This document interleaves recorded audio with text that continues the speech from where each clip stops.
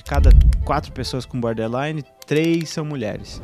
Como que é essa pessoa quando ela se relaciona na vida adulta? Ela cobra, ela se vinga, ela exige, como que é? Dificilmente você consegue apontar um erro dessa pessoa e ela engolir esse erro, digerir e falar que vai mudar, né? Porque ela tem o transtorno de personalidade. Ela reage de maneira violenta, de maneira desesperada, a imaginações de rejeição. Hoje a conversa vai entrar em territórios que muitos falam na internet, mas poucos dominam o assunto e explicam com profundidade de verdade.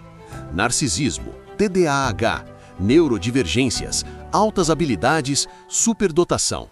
E principalmente, por que tantas pessoas brilhantes se sentem deslocadas, confusas, emocionalmente sobrecarregadas e muitas vezes não conseguem prosperar como poderiam? Jean Alessandro é psicólogo e referência nacional quando o assunto é altas habilidades, superdotação e neurodivergências.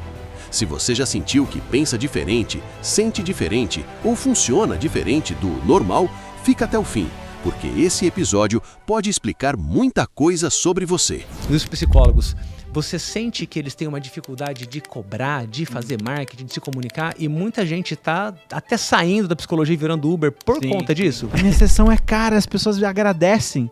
Falam assim, cara, obrigado. E elas não falam obrigado por vender pra mim, elas falam obrigado por existir. Narcisista, dá pra dizer que ele nasce com, é um padrão que acontece a partir de um trauma. Se eu sou perfeito e você me fala que eu cometi um erro, logo isso quer dizer que eu não sou perfeito. E isso quer dizer que tudo aquilo que eu criei como estrutura de vida colapsa. E é por isso que quando você vai criticar o narcisista, ele vira do avesso e te deixa maluco, assim, porque...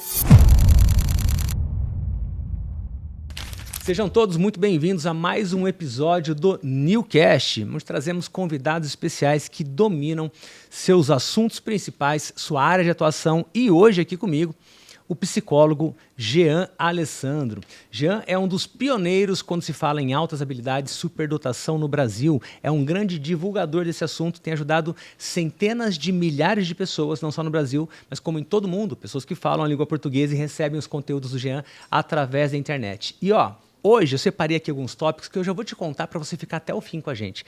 Falaremos sobre narcisismo, TDAH, neurodivergentes e a dificuldade de fazer renda, de se organizar financeiramente, marketing e vendas para terapeutas e psicólogos, que é uma grande dor do mercado, pós-graduação e várias outras coisas que vão surgir no meio do nosso assunto aqui. Então, Jean, seja muito bem-vindo mais uma vez, meu amigo. É um prazer. Vamos começar por um assunto que está muito em alta na internet, se fala muito, tem muita gente falando que não entende do assunto, né? Tem os papagaios que ficam só repetindo coisas por aí. Como você é um profissional da área, vamos falar um pouquinho sobre narcisismo. A gente pode iniciar buscando um pouco da definição do que seria um narcisista? Sim. Então, a gente tem vários transtornos de personalidade. E o narcisismo é um deles, né? Primeiro a pessoa tem que entender o que é um transtorno de personalidade. Eu acho que o primeiro passo é explicar o que é a personalidade. A personalidade é o nosso modo padrão de reagir às coisas. Então, digamos que você tenha uma personalidade mais organizada, você reage ao mundo tentando ordenar o mundo. Você reage ao mundo sempre se planejando, precavendo coisas, sempre... colocando ordem, planejamento, estratégias e tal. Então tem pessoas que têm esse traço de personalidade que a gente chama de ordenhosidade, no inglês seria orderliness, né? É um traço que predispõe o indivíduo a ser organizado. E aí, a personalidade é justamente isso.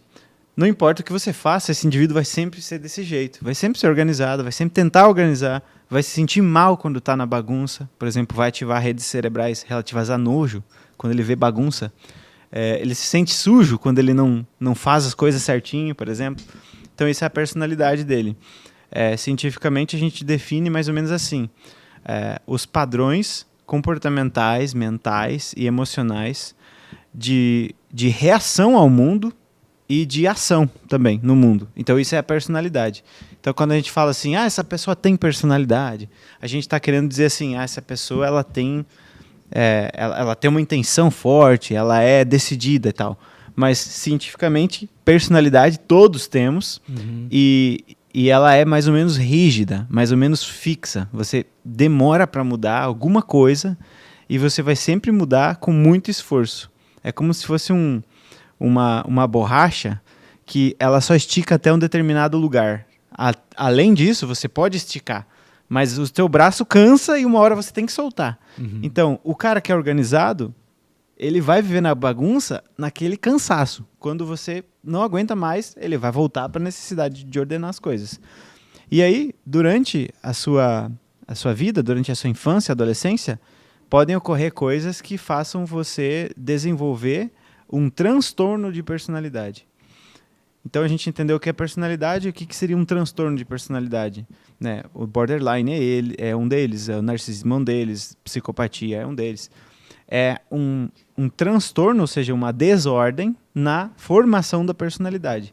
O que esse indivíduo vai ter? Dificuldade de se adaptar no ambiente. Então vamos dizer assim, se temos 100 pessoas no ambiente e temos 90 pessoas sem transtorno de personalidade, essas 90 pessoas vão concordar num grau elevadíssimo sobre o que está acontecendo.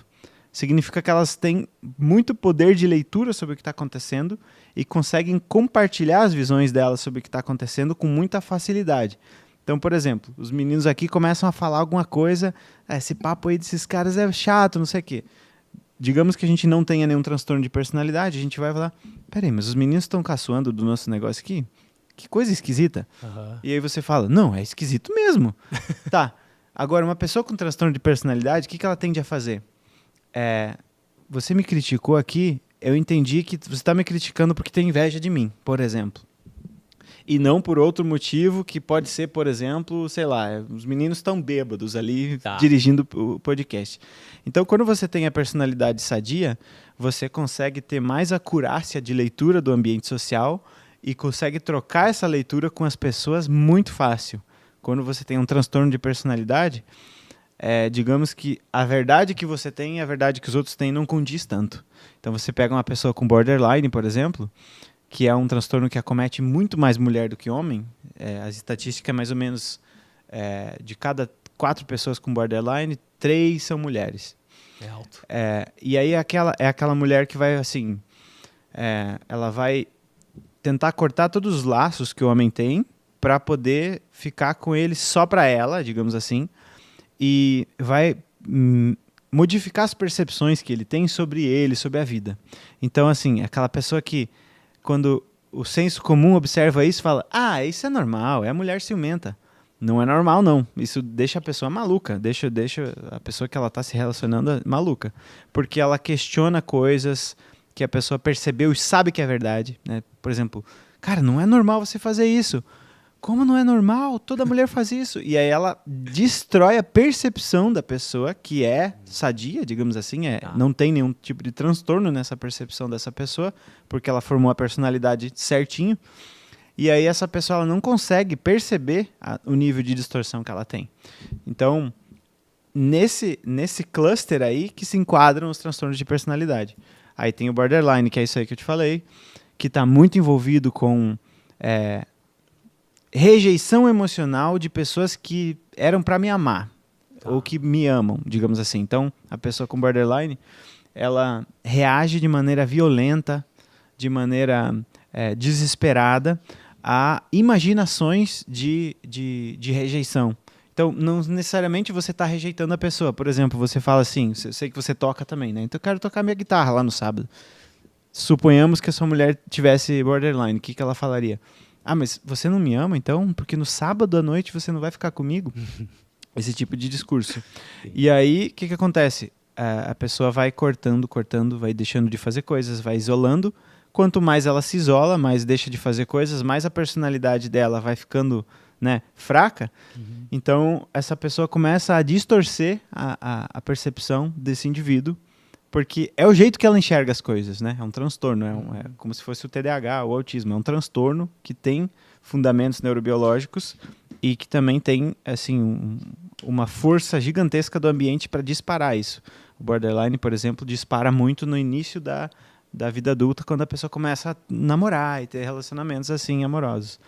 E o narcisismo, a gente poderia colocar assim, é uma coisa muito parecida, só que tem dois polos, né? Tem o polo do narcisista grandioso, que é o clássico que a gente conhece, que as pessoas comumente conhecem, que é aquele cara que é o seu centro das atenções e tudo é sobre ele, e ele sempre sabe, você não sabe, dificilmente você consegue apontar um erro dessa pessoa e ela engolir esse erro, digerir e falar que vai mudar, né? Porque ela tem o transtorno de personalidade. Então, aquilo que eu vejo é verdade. Não importa o que os outros falem. Eu sou o grande, eu sou o maior, eu sou o melhor. E aí isso é muito assim, é relativamente fácil de perceber. As pessoas conseguem perceber porque perto de uma pessoa assim, você começa a ligar o seu sensor de aranha, né, do Peter Parker, e você começa a sentir desconforto. Desconforto. Cara, mas tá esquisito, desconforto. Você percebe que você traz uma coisa, aquilo não é considerado. Traz uma coisa, não é levado em consideração. Você percebe que você chega numa reunião ou na relação ali com uma intenção e acaba fazendo outra coisa. Então isso é extremamente comum e as pessoas começam a perceber mais por conta dessa... acho que é desse aceno que o narcisista grandioso faz, de assim, eu sou muito bom. Não sei se você acompanhou aquele vídeo que viralizou, um vídeo de um cara falando: a gente terminou, mas eu vou na academia, todo mundo quer ter meu corpo. Ele ficava falando várias coisas assim. Não cheguei a ver. É um áudio que, assim, a galera fez muito meme com esse áudio, porque ele tava, assim, falando várias coisas que denotavam, assim, a gente terminou, mas, assim, foi você que vacilou. E todo mundo na academia inveja meu corpo, todo mundo na faculdade inveja minha inteligência. Ou seja, peraí, se a gente vai considerar que isso tudo que ele está levantando como premissa é verdadeira, esse cara é, assim, uma pessoa incrível em todos os aspectos. E é muito isso. Então o narcisista grandioso é esse cara que ele sofre um trauma muito intenso, o ego dele para de se desenvolver normalmente, que normalmente teria que ser o quê? Quando você é adulto, você é capaz de absorver uma crítica e regular sua autoestima com base nessa crítica. Por exemplo, eu não sou uma pessoa extremamente organizada, mas verbalmente eu sou uma pessoa muito rápida. Então, se você botar eu para conversar num podcast, dar uma aula, vai ser boa. Agora, se você pedir para eu fazer um business plan para tua empresa, não vai ser. Só que eu lido bem com isso e saber disso não me destrói. E é aí que o narcisista grandioso pega. Tá. Então, se você aponta para o narcisista grandioso algo que é defeito, colapsa a estrutura de identidade que ele tem, porque ele cria uma estrutura de identidade falsa, né, um falso eu. Esse falso eu que ele cria é justamente com o objetivo de ele é como se, assim, na infância ali ele recebesse algum ambiente tão invalidante, tão traumatizante, que se alia com as predisposições que ele tem, genéticas e tal, e que faz com que ele, como se fosse assim, tô com meu eu de criancinha aqui, 4 anos, minha mãe só me bate, meu pai sumiu de casa. Eu não consigo lidar isso, eu não consigo lidar com isso, não consigo digerir isso. Então o que eu faço? Eu crio um outro eu. Nesse eu que eu crio, eu não tenho esse defeito, essa vulnerabilidade. Então, é como se eu estivesse criando um eu onde eu sou perfeito e invulnerável. Só que, se eu sou ruim em organização e você me fala, olha como a cabeça do ser humano é lógica, né? Isso é fascinante. Se eu sou perfeito e você me fala que eu cometi um erro, logo isso quer dizer que eu não sou perfeito. E isso quer dizer que tudo aquilo que eu criei como estrutura de vida, colapsa. E é por isso que quando você vai criticar o narcisista, ele vira do avesso e te deixa maluco, assim, porque você tá... É como se você estivesse falando para uma pessoa, por exemplo, que acontece muito isso, né?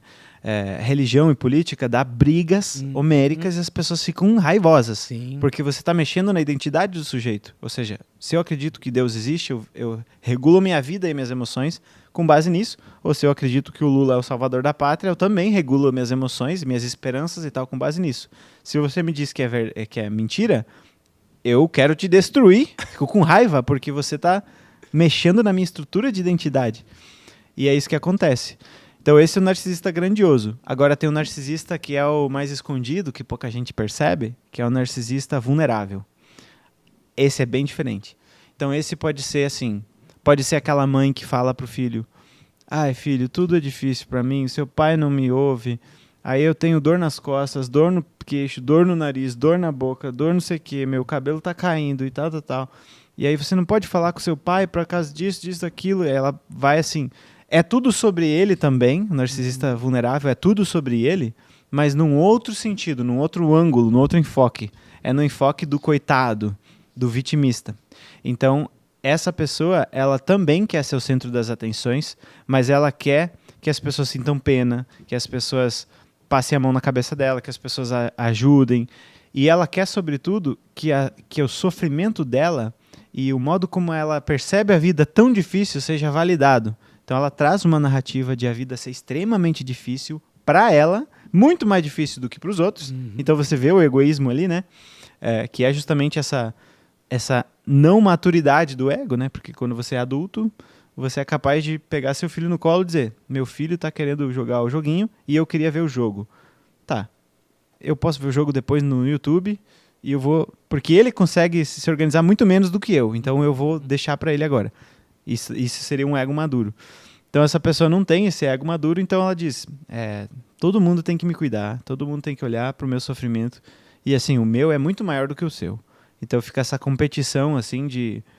E aí assim, as pessoas sofrem muito perto do narcisista vulnerável porque ele parece inofensivo, só que no final das contas ele gera uma codependência emocional absurda, né? Então os filhos, por exemplo, eles se sentem na obrigação de deixar essa pessoa feliz o tempo inteiro, e ela meio que cobra isso de forma implícita, e aí fica um sofrimento grande. E aí o que diferencia, por exemplo, né? Porque é uma pergunta que você me fez antes da gente começar. O que diferencia uma pessoa narcisista de uma pessoa que parece narcisista e não é?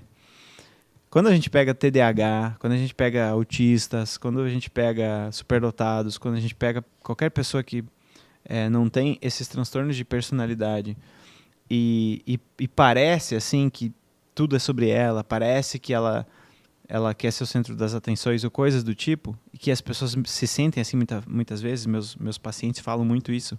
Eles falam assim, quanto mais eu estudo sobre narcisismo, mais eu acho que eu sou narcisista. Só que eles ficam se perguntando se eles são. Então eu falo assim, uma das diferenças primordiais é você se perguntar. Ter a dúvida. Ter a porque dúvida. O narcisista ele não cogita a possibilidade dele ter um problema, né? Não cogita. Ele vai falar que você é o narcisista.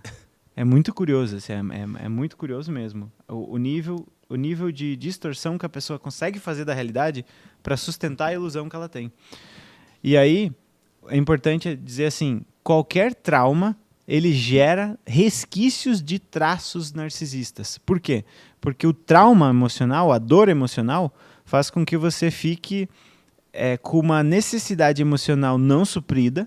Então, por exemplo, um pai ou uma mãe que não foi presente, fica aquela figura de autoridade afetiva ausente. E aí você fica assim, buscando validação externa o tempo todo, por exemplo, porque você não teve o pai ali que encorajava e dava essa coragem e essa validação, né? É isso, filho, você vai conseguir e tal. Ou esse afeto materno, essa maternagem, né? Então você não tem uma dessas duas figuras, por exemplo, você fica com esse déficit e pode ir até 40, 50 anos. Eu atendo pacientes que têm filhos crescidos, já casados, e eles têm essa última camada da personalidade, como se fosse uma cebola, que não criou. Então eles ainda têm esse egoísmo assim, primitivo em algumas questões. A diferença é em algumas questões, relativo a alguns gatilhos, não em tudo, e a pessoa consegue modular isso. Então se você sentar com essa pessoa e falar, olha mãe, não é bem assim, a senhora tem isso, tem aquilo, olha a vida desse cara aqui, é bem mais difícil que a sua. Tal. Ela, é verdade. Então essa capacidade de modulação é o que diferencia o transtorno de narcisismo de traços narcisistas. Tá. Mas eu pego muito paciente com TDAH, com autismo, com superdotação, que não teve as suas necessidades validadas, né? Então, por exemplo, um TDAH que tem uma inteligência mais alta, é uma pessoa que consegue fazer coisas assim absurdas, às vezes, só que não consegue fazer algumas coisas simples. Em geral, essa pessoa é muito invalidada no trabalho, nos lugares onde ela faz as coisas. Atendi até ontem uma mulher, assim, que ela não conseguia estudar, fazer as coisas, tudo certinho como precisava na faculdade, mas ela ouvia, conseguia responder e tal.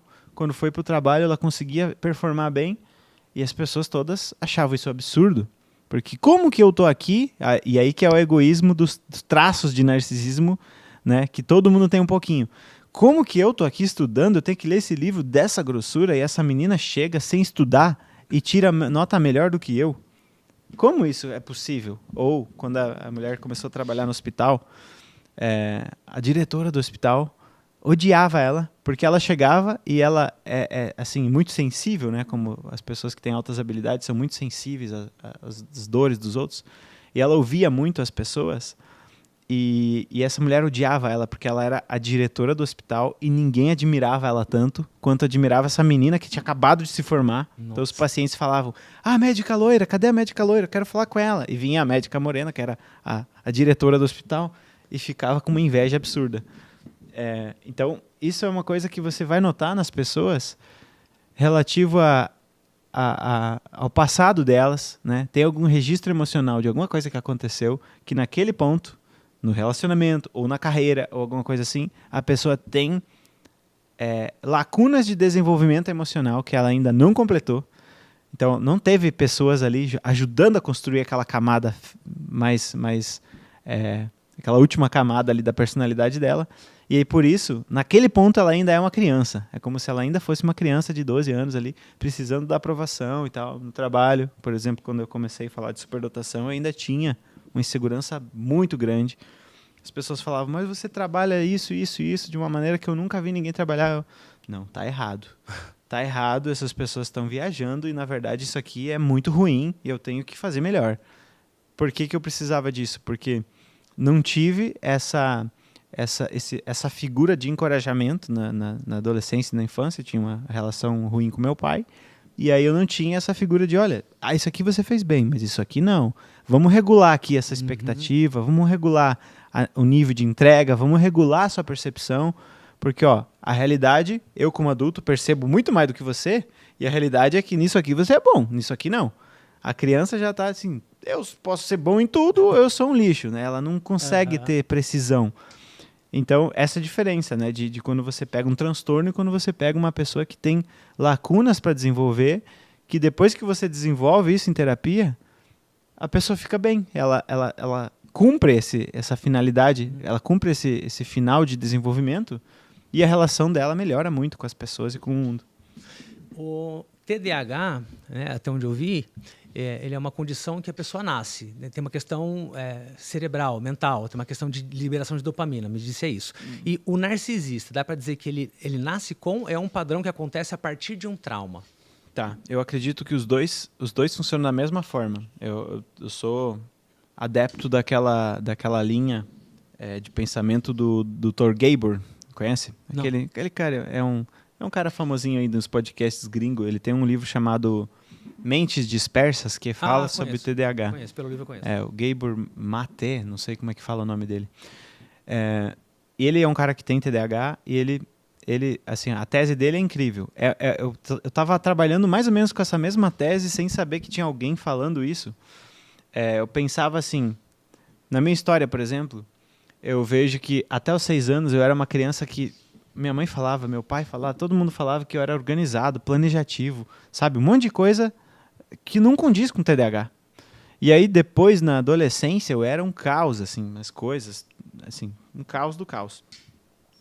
E aí, o que ele vai falar, o Gabor? Ele vai falar que, por exemplo, a gente tem ali alguns genes que predispõem a você a ter uma hipofuncionalidade do córtex pré-frontal.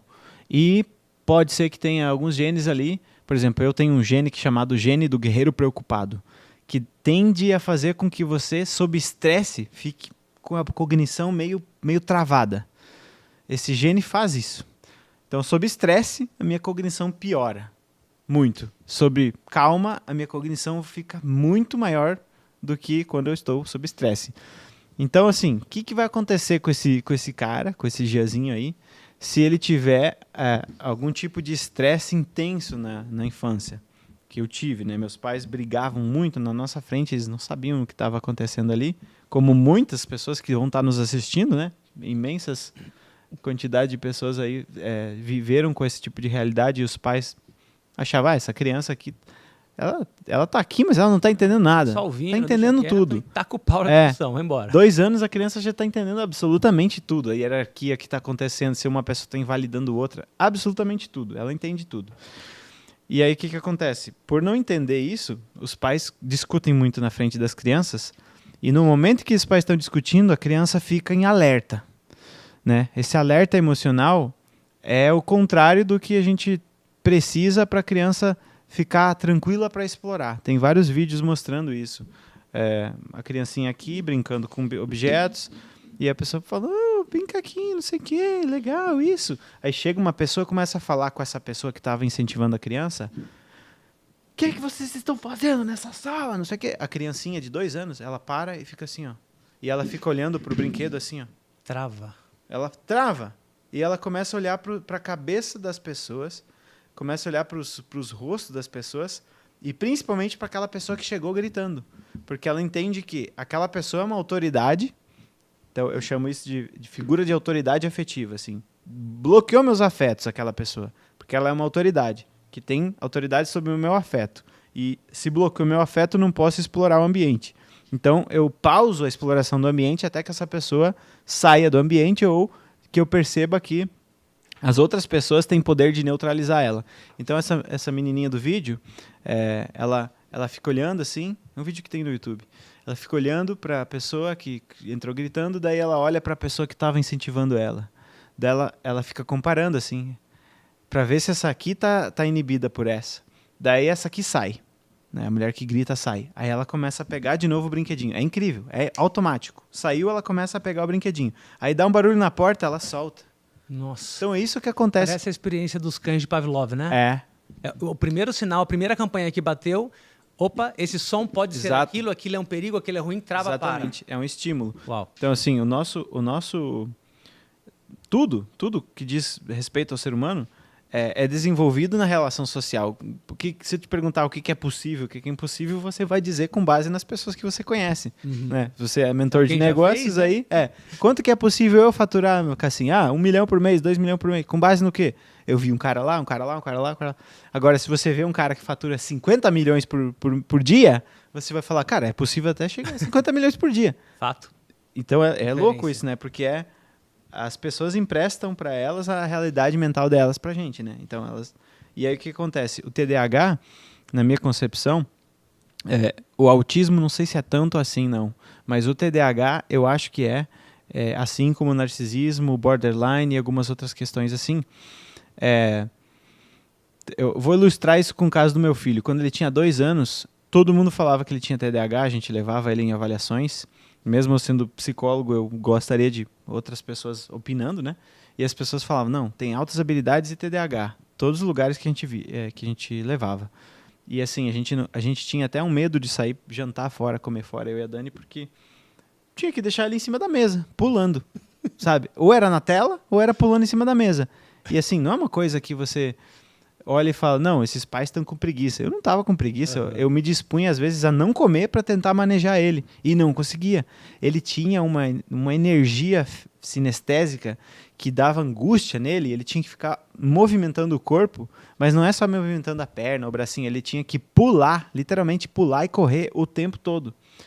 E era uma época que eu e a Dani, a gente estava passando por muita transformação emocional, porque do nada eu estava lá no serviço público, eu planejava fazer conteúdo na internet, mas do nada eu estava lá e de repente, assim, 3, 4 meses depois, vinha gente falando assim, Jean, eu quero fazer consulta com você porque você é a referência nacional em HSD. Então, a minha cabeça, assim, ela foi virada do avesso nessa época. E qual que é a consequência disso, né? Quando você tem um homem desestabilizado dessa forma, a mulher fica insegura, porque o homem transmite muita segurança, muita calma, né? A mulher sente emoções mais fortes e por mais tempo. Então, quando você está, assim, perdido, a sua esposa, ela tá com medo. Ela não está tranquila. Quando você está seguro, você diz, vai acontecer isso, e vai para lá, a gente vai dar certo. Ela pode até ter medo, achar que não vai dar, mas ela fica tranquila. É como se fosse isso.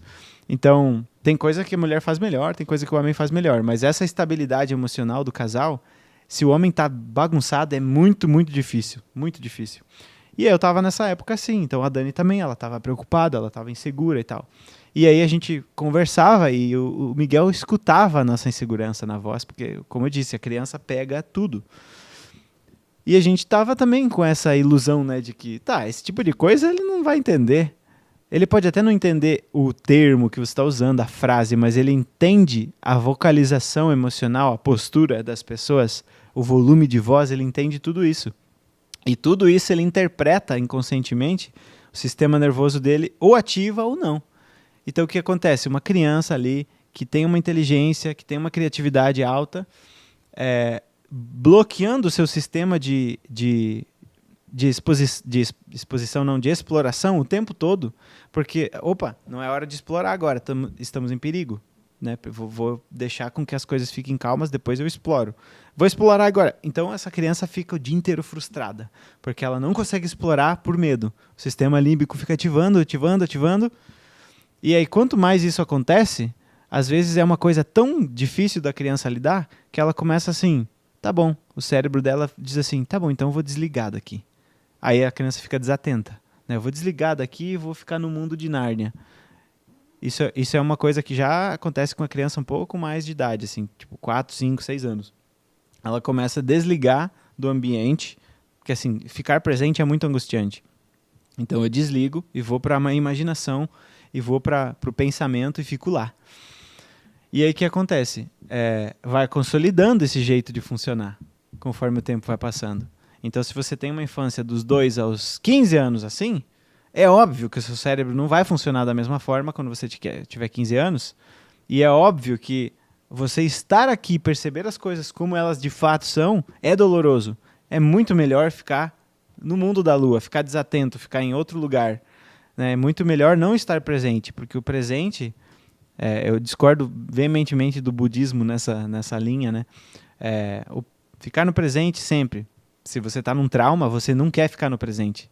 Tanto é que o cérebro despersonaliza, né? A pessoa fica despersonalizada, que é justamente uma sensação de irrealidade, de isso não está acontecendo comigo. Dentro de um trauma, uma situação abusiva, por exemplo, o cérebro faz isso. Desliga o senso de que você é você ou de que a realidade é real para você suportar. Então, sai do presente. E é isso que acontece com as crianças. Na minha opinião, é isso que acontece com a pessoa que tem predisposições genéticas a ter esse córtex pré-frontal mais hipoativo, a ter o afinamento da espessura cortical mais lento, que é o que o TDAH tem também, né? Tem em comum com o superdotado, isso inclusive. Então, assim, uma pessoa está madura, seu cérebro, 23, 24 anos, a pessoa que tem TDAH vai ser com 29, 28. Então, soma isso a esses traumas emocionais na infância, e aí você vai ter um indivíduo que vai dizer, cara, eu preciso do remédio XPTO para conseguir vir para o presente, trabalhar minhas questões. Só que muitas pessoas que têm TDAH com 40, 50 anos, com 35 anos, que fizeram terapia, um processo ali, e têm um relacionamento afetivo assim, saudável, elas vão te falar em algum ponto da vida assim, eu acho que eu não preciso mais do medicamento. Aí você fala, tá, mas espera aí. É um negócio biológico e genético? Porque se for, não faz sentido uma hora você não precisar mais do medicamento. Afinal de contas, o cérebro maturou com 23 anos.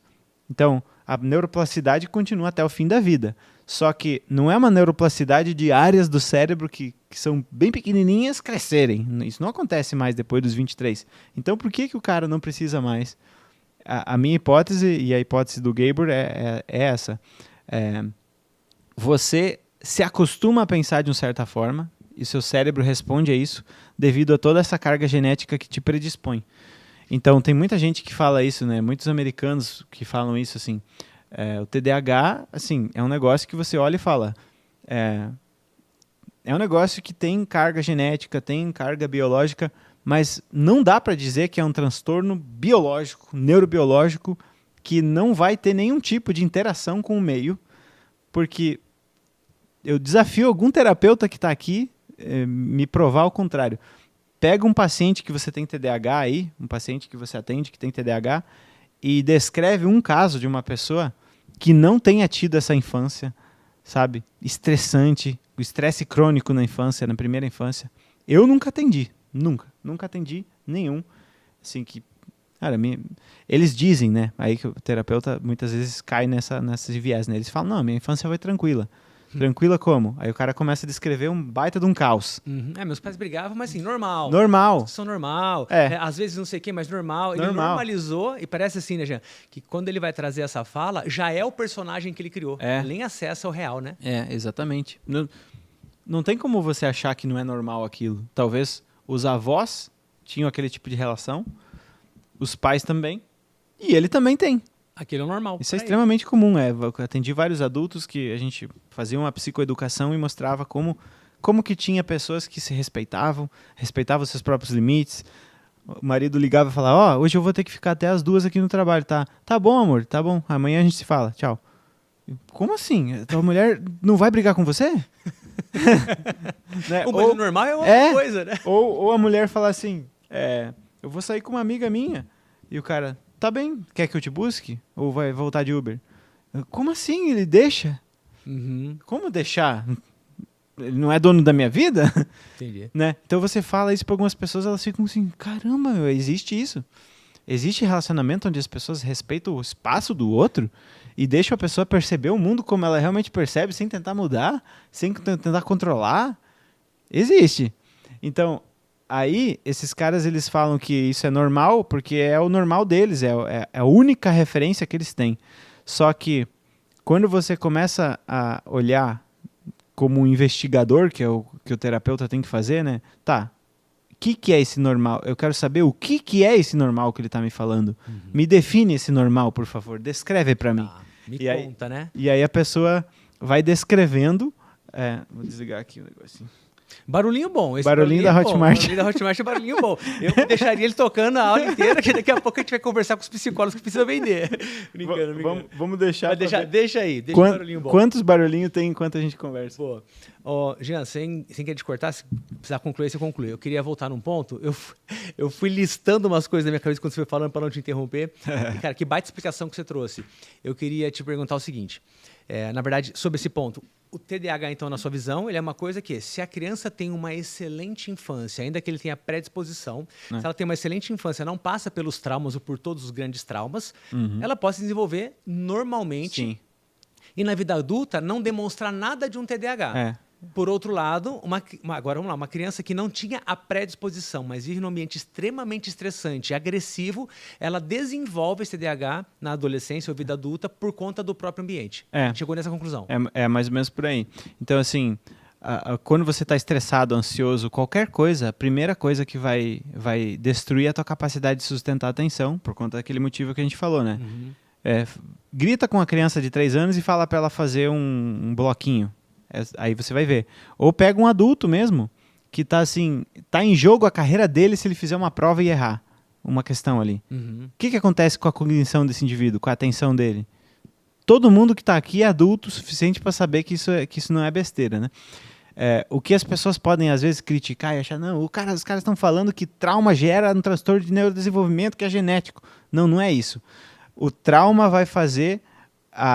chama epigenética isso, né? O trauma vai pegar aquela genética que tem lá o afinamento do córtex pré-frontal demorado, o sistema límbico extremamente exacerbado, a pessoa ter ali, por exemplo, um gene como esse que eu falei, que te dá estresse sob situações de pressão, etc.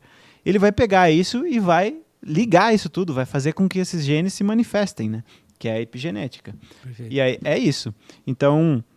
É exatamente como você falou. Tem pessoas que têm uma predisposição genética baixa e vão manifestar desatenção absurda, dificuldade de autorregulação absurda, dificuldade de funções executivas absurda. E você vai ver, a infância dela foi extremamente traumática. E tem pessoas como eu, pega no meu teste genético lá, o meu score de probabilidade de autismo e TDAH é bem grande, os dois, e eu tive essa infância estressante. Então, manifestou alguns traços e características ali do TEA, bem poucos, principalmente nessa questão de social, relacional, mas do TDAH manifestou todos que é possível, exceto a hiperatividade física, assim, que eu fico aqui, minha cabeça fica borbulhando. Mas é mais interno. E, nesse caso, o narcisista tem predisposição genética ou ele é extremamente... ele acontece por trauma, por ambiente? O narcisista em si? Eu acho que é muito parecido. Como a gente estava falando da personalidade antes, a personalidade tem uma predisposição assim, biológica forte, porque cada um dos traços do Ocean, né, do Big Five, do modelo Big Five, abertura, experiência, neuroticismo, que é a capacidade de processar emoções negativas e quanto isso elas te afetam, a estabilidade emocional, a abertura, experiência, que é a criatividade, a conscienciosidade, que é a diligência e a organização. Esses traços todos, eles não são por acaso, eles respondem a sistemas cerebrais. A amabilidade, por exemplo, foi estudada como um correlato neural do comportamento de maternagem. Né? Aquele comportamento de se preocupar com o outro é um dos traços da personalidade, que é a amabilidade. Então, pessoas altamente empáticas, se você for olhar, tem estruturas cerebrais ali que correspondem a esse processo de se preocupar com o outro, de empatia. Por exemplo, tem o fascículo uncinado direito, que é um trato ali de substância branca no cérebro, que é responsável por isso. Se você lesiona isso, tem estudos demonstrando que baixa a empatia da pessoa, baixa a preocupação dela com a dor do outro, etc. Então, tem correlatos neurais, esses correlatos neurais têm também uma predisposição biológica. Então, é a mesma coisa. Tá. Você pega uma pessoa, por exemplo, com uma amabilidade muito baixa e bota uma infância estressante ali, traumas intensos, um abuso, por exemplo, a probabilidade dessa pessoa ter uma conduta antissocial é gigantescamente maior do que uma pessoa, por exemplo, como eu, que tem, desde criança, você vê, pergunta para meus pais, desde criança eu me preocupava absurdamente com os outros. Tem uma cena que meus pais contam, que eu tinha 2 anos e meu avô vendeu a casa para ir para a cidade, a gente morava no interior, e aí veio um cara, que era nosso vizinho lá, pegar a casa do meu avô, que era de madeira, desmontar a casa, botar num caminhão e levar. Eu chorei o dia inteiro, porque o cara estava roubando a casa do meu avô, onde é que meu avô ia morar. Então você vê, é uma criança que já tem, o cérebro dela está começando a formar, mas ela já tem a sua personalidade ali, sabe? Outro exemplo, eu tenho esses calos na mão aqui, minha mãe falava que eu com 3 anos ficava fazendo... e não tinha como me segurar, assim. eu falava, eu vou fazer, e se não me deixassem, o negócio ia ficar feio. Eu vou fazer uma espada aqui, vou fazer uma espada do Thundercats com uma faquinha e uma madeira. Aí eu ficava lá, às vezes 1 semana, esculpindo aquela espada. E é uma coisa que eu tenho hoje. Se você falar pra mim, Gia, dá pra fazer isso aqui, aquilo lá, eu vou dizer assim, então eu vou fazer isso. Daí você vai falar, tá, mas vai levar 10 anos. Não interessa, eu vou fazer. E é uma coisa que eu tinha já com 3 anos. Uhum. Então, a nossa personalidade, ela já tem certas características que a gente pode aproveitar, né? Como você falou da renda e tal, a gente tem que aproveitar isso, mas é a mesma coisa. São traços de personalidade que te predispõem a uma menor amabilidade, uma menor empatia. Eu conheço pessoas que, assim, eu tenho certeza que tem narcisismo ali, e olhando na história, é batata. Um abuso... né, pelo pai, por exemplo, ou um abandono afetivo total, assim, pelos dois, tipo, o pai foi embora e a mãe, assim, considerava o indivíduo um banquinho dentro da casa. Uhum. Cara, o que vai acontecer com esse sistema emocional dessa criança, né? Ele vai fazer isso. Não, eu não posso conseguir suportar que eu não seja nada, que eu não seja importante, que eu não sou importante para minha mãe, eu não consigo conceber isso. Então, eu sou a pessoa mais importante para todo mundo. Como uma forma de defesa. Entendi. Cria esse personagem, cria esse super-herói, vai viver essa realidade. E aí, nessa vida adulta, quando encontra com outras pessoas, existe essa transposição, existe essa cobrança, existe essa responsabilidade, para a gente fechar o narcisismo aqui e ir para os próximos. Como que essa pessoa, quando ela se relaciona na vida adulta? Ela cobra, ela se vinga, ela exige? Como que é esse quadro exato que você trouxe? O narcisismo, então, vai gerar uma dependência emocional na pessoa que está se relacionando. Então, assim, pessoas que têm uma autonomia pessoas que têm um apego emocional seguro, um traço de... Não é apego emocional, como é que chama? Putz, esqueci. Eu ouvi lar emocional uma vez na vida, não sei se tem relação com isso não. Lar emocional, um lugar seguro da hipnose, tem relação com isso ou não? Não. é a forma como você... a teoria do apego do Bowlby é assim, tem o apego seguro, o apego desorganizado, o apego ansioso. Tá. E aí o apego seguro seus pais te davam um afeto e uma situação ali onde você entendia que você era importante para eles, mas você entende que você não é a coisa mais importante do mundo também. Ok. Então esse é o apego seguro. Tá. É traço de apego seguro. Agora um traço de apego desorganizado você não sabe se os pais amam, se não amam. Tem pai, uma hora não tem ninguém. Então essa criança ela tem desorganização afetiva com relação às relações. O ansioso assim, fica sempre demandando. Então se você pega, por exemplo, um narcisista e um traço de apego ansioso, gruda certinho, porque esse cara aqui vai exigir, né, tudo pra mim, o tempo inteiro. Ou eu sou o coitado, ou eu sou o maioral. Essa pessoa aqui, ela vai precisar de validação e não sei o que, de que você fale que você é importante, não sei o que. Então, essa pessoa que vai falar assim, você é importante, você é o maioral, você não sei o que. Aí a pessoa faz algo que ela não quer, você é um lixo. Aí a pessoa vai lá, dá atenção, porque não sei o que, meu amor, blá, blá, blá. Então, é isso que acontece. A pessoa causa essa dependência emocional. Então, a pessoa que tem o transtorno narcisista ou borderline, por exemplo, ou até psicopatia, ele bate o olho em você assim, ó, ele te escaneia. Eu já entendi onde eu posso pegar o Cassim. Já entendi onde dói. Quem aqui que tá, quem que tá nos ouvindo aqui e trabalha, por exemplo, com conteúdo na internet, a gente estava falando de um amigo nosso em comum aqui que vai vir, ele falou isso para mim também, isso aconteceu comigo também. Você tá ali produzindo conteúdo e tal, você não sabe fazer as outras coisas, né? Você ensina tráfego e tal. Putz, eu não sei fazer tráfego. Aí chega um cara assim, tem muitos no Brasil, assim, muitos. Eu não sei chutar uma porcentagem, mas eu diria que para cima de 70% do pessoal que tá nesse mercado, assim, de ganhar dinheiro online sabe, tem essa tríade maquiavélica aí, a tríade negra da personalidade, né? Que é o maquiavelismo, psicopatia e narcisismo. Nossa, que bomba. E aí o que acontece? Eu escaneio assim, ó, escaneio o Jean. Entendi o que o Jean quer. O Jean quer... E é incrível, cara. Você nem fala, as pessoas percebem. O Jean quer ficar sozinho em casa, estudando e lendo o dia inteiro. E ele quer ficar lá 3, 4 semanas enfiado, intocado naquela toca dele, lendo os livros dele, escrevendo e grudando post-it na parede. E aí, no final desse mês, ele quer sentar no estúdio e só falar. Falar. Então, sabe o que eu vou falar pra ele? Eu vou falar justamente isso. Cara, você vai ter um estúdio que você vai só entrar e falar e você vai poder ficar estudando as tuas coisas. O resto eu vou tocar. E aí o que acontece? Nada. O cara não faz absolutamente nada. Mas quando você chega e fala, ele diz, não, pode deixar. A gente só está implementando um sisteminha aqui, quando ficar pronto vai ficar tudo certo. Ou, não, pode deixar, mas é que a gente tem que primeiro contratar o cara que vai gerir os projetos, daí vai ficar tudo certo. Nossa. Ou seja, isso vai vai.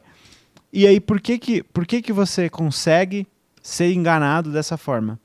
Porque você pega a maior vulnerabilidade da pessoa ou o maior sonho e você tapa aquele buraco. Entendi. Né? Então, assim, a maior dor que eu tinha era, nossa, eu não consigo gerir campanha de tráfego, fazer página de vendas, fazer copy, fazer disparo de e-mail, fazer não sei o quê, fazer mini chat, fazer isso, fazer conteúdo, editar vídeo, tudo. Nossa, pelo amor de Deus, e ainda atender, cara. Então chegava uma pessoa e falava, fica tranquilo, você é o gênio da parada que só vai pensar e fazer aula, e o resto eu vou fazer. Tá tudo comigo. Pronto. E aí, naquela imaturidade emocional que aquela pessoa tem, que tem aquela camada da cebola que ainda não tá pronta, né? Que é a camada da independência emocional, de assim, cara, peraí, você tá me falando tal, mas como que você vai fazer isso? Quanto que você vai querer? Como é que a gente vai fazer? Como é que a gente vai monitorar? Qual é o contrato que me dá garantias de quando a gente for terminar essa parceria, você não vai querer falar que tudo que a gente criou junto é seu, etc. Não tem isso. Tem só, cara, esse cara quer o meu bem, ele vai fazer por mim também. Tá. E aí o que acontece? Esse cara preenche isso, ele entende, ele rastreia a sua alma e ele sabe exatamente o que você teme, o que você quer, quais são os seus sonhos, suas dores. Então, ou ele manipula dessa forma, ou ele manipula através de medo, né? De dor e de medo. Então, por exemplo, é muito comum a pessoa fala assim, nossa, depois que eu me relacionei com aquele fulano lá, eu virei uma pessoa insegura, não sei mais o que eu quero, não sei mais se eu quero ou não, não sei mais se eu sou boa ou não no meu trabalho. E é muito curioso, eu atendi um caso dias atrás, o cara não ganhava dinheiro, a mulher sustentava, só que ela era médica e ela brilhava, assim. Só que ela é uma pessoa com dupla excepcionalidade. Ela não conseguia ficar estudando e tal, mas ela ia lá e resolvia. E aí todo mundo achava ela incrível no hospital. Os pacientes adoravam ela e tal. E aí essa pessoa pensava, cara, se ela for tão admirada fora da minha casa, eu não tenho poder sobre ela.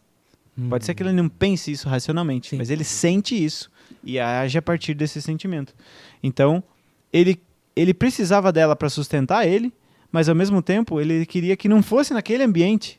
Então, a consequência disso é, ou essa mulher sai do relacionamento, ou ela deprime absurdamente e não consegue mais trabalhar, ou ela força esse cara a sair, né? Ou ela vai ficar nesse ambiente e a autoestima dela vai minar com o tempo para ele. A intenção dele é, talvez ela vai trabalhar no caixa de um supermercado, ninguém vai admirar ela e ainda a gente vai ter comida e tal. Aí eu fico de boa.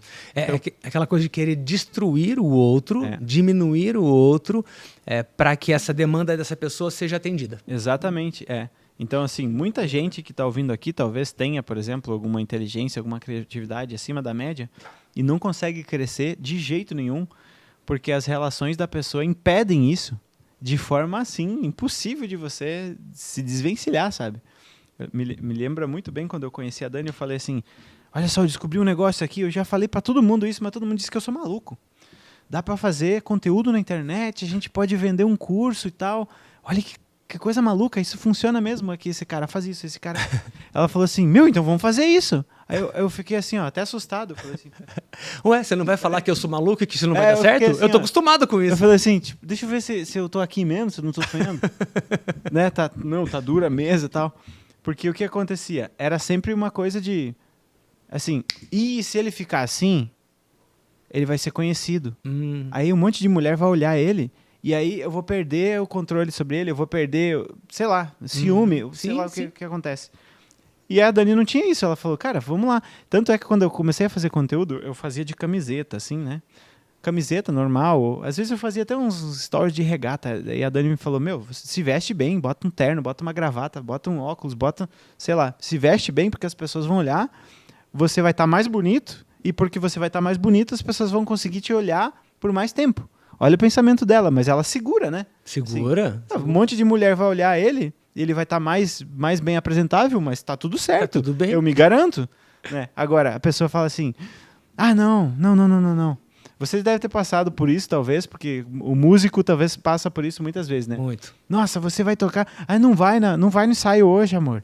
Não vai, não sei o quê. Porque você está lá tocando, você está num lugar de destaque, fazendo as pessoas sentirem emoções. Então, tem um monte de mulher que vai olhar, vai te admirar, etc. Então, se a mulher for insegura, ela vai querer que você não vá, vai sabotar de alguma forma, né? Precisa abrir a camisa desse jeito? Fecha essa camisa. Tem que ir de chapéu hoje? Tem que ir de chapéu. Então você fez a barba para ir tocar, mas para ficar comigo no fim de semana você não faz a barba. Aí tem uma lista gigantesca, né? Tem uma lista. Olha o barulhinho de novo. Olha o barulhinho de novo. Legal. Já vamos para o próximo tópico nosso aqui. Matheus, esse sonzinho que a gente está raspando um pouquinho na cadeira, ele está vazando no microfone? Tá de boa? Podemos seguir tranquilo? Beleza, então tá bom. Vamos nessa. Acho que é bom dar uma completada na água do Jean aqui, por gentileza. E eu vou seguindo. Vamos no nosso flow aqui, tá? É tudo ao vivo valendo. Quer dizer, não é nosso flow. O flow é outro podcast, tá? Mas vamos no nosso newcast aqui. Vamos valendo. Olha só. Agora eu queria falar um pouquinho sobre neurodivergentes e a dificuldade de fazer renda, a dificuldade de se organizar financeiramente, a dificuldade até, Jean, de cobrar. Eu tenho dentro dos 60 mil alunos que eu vendi nesses últimos 4 anos, muitos psicólogos, muitos terapeutas. Minha mãe é psicóloga. E eu vi, né? Eu vi tanto com a minha mãe quanto com os alunos e mentorados que eu tive, a dificuldade de vender, a dificuldade de cobrar. E quando cobra e quando vende, o dinheiro parece que vai para todos os lugares do mundo, mas ele nunca vai para o lugar que ele deveria ir, a pessoa vive sempre quebrada, ferrada. Sim. Me fala sobre isso, porque você é um cara de extremo sucesso, você é um cara que tem uma bela de uma carreira, e não tem muito tempo que você vai falar disso. Então tem gente que fala, mas ele está há 20 anos. Cara, não tá, o Jean não está há 20 anos nisso. Não. E obteve sucesso. Vamos falar sobre o neurodivergente e a dificuldade de fazer renda. Certo. Então, quando a gente fala de...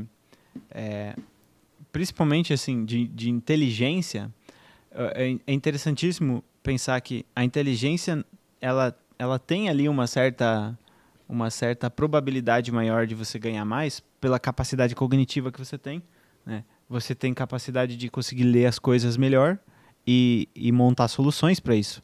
E assim, você vai ganhar dinheiro quando você resolver problema dos outros, ponto. Boa. A não ser que você queira passar a perna, aí você ganha também. Só que as pessoas que estão nos ouvindo aqui, eu acho que pelo tom do discurso, as pessoas que estão interessadas em dar golpe já saíram daqui, porque a gente já bateu um pouco nessa questão. Uhum. Então o que acontece? Vamos presumir que todo mundo que está aqui quer ganhar dinheiro e quer se sentir bem com isso, quer sentir que isso é ético, que isso é honesto.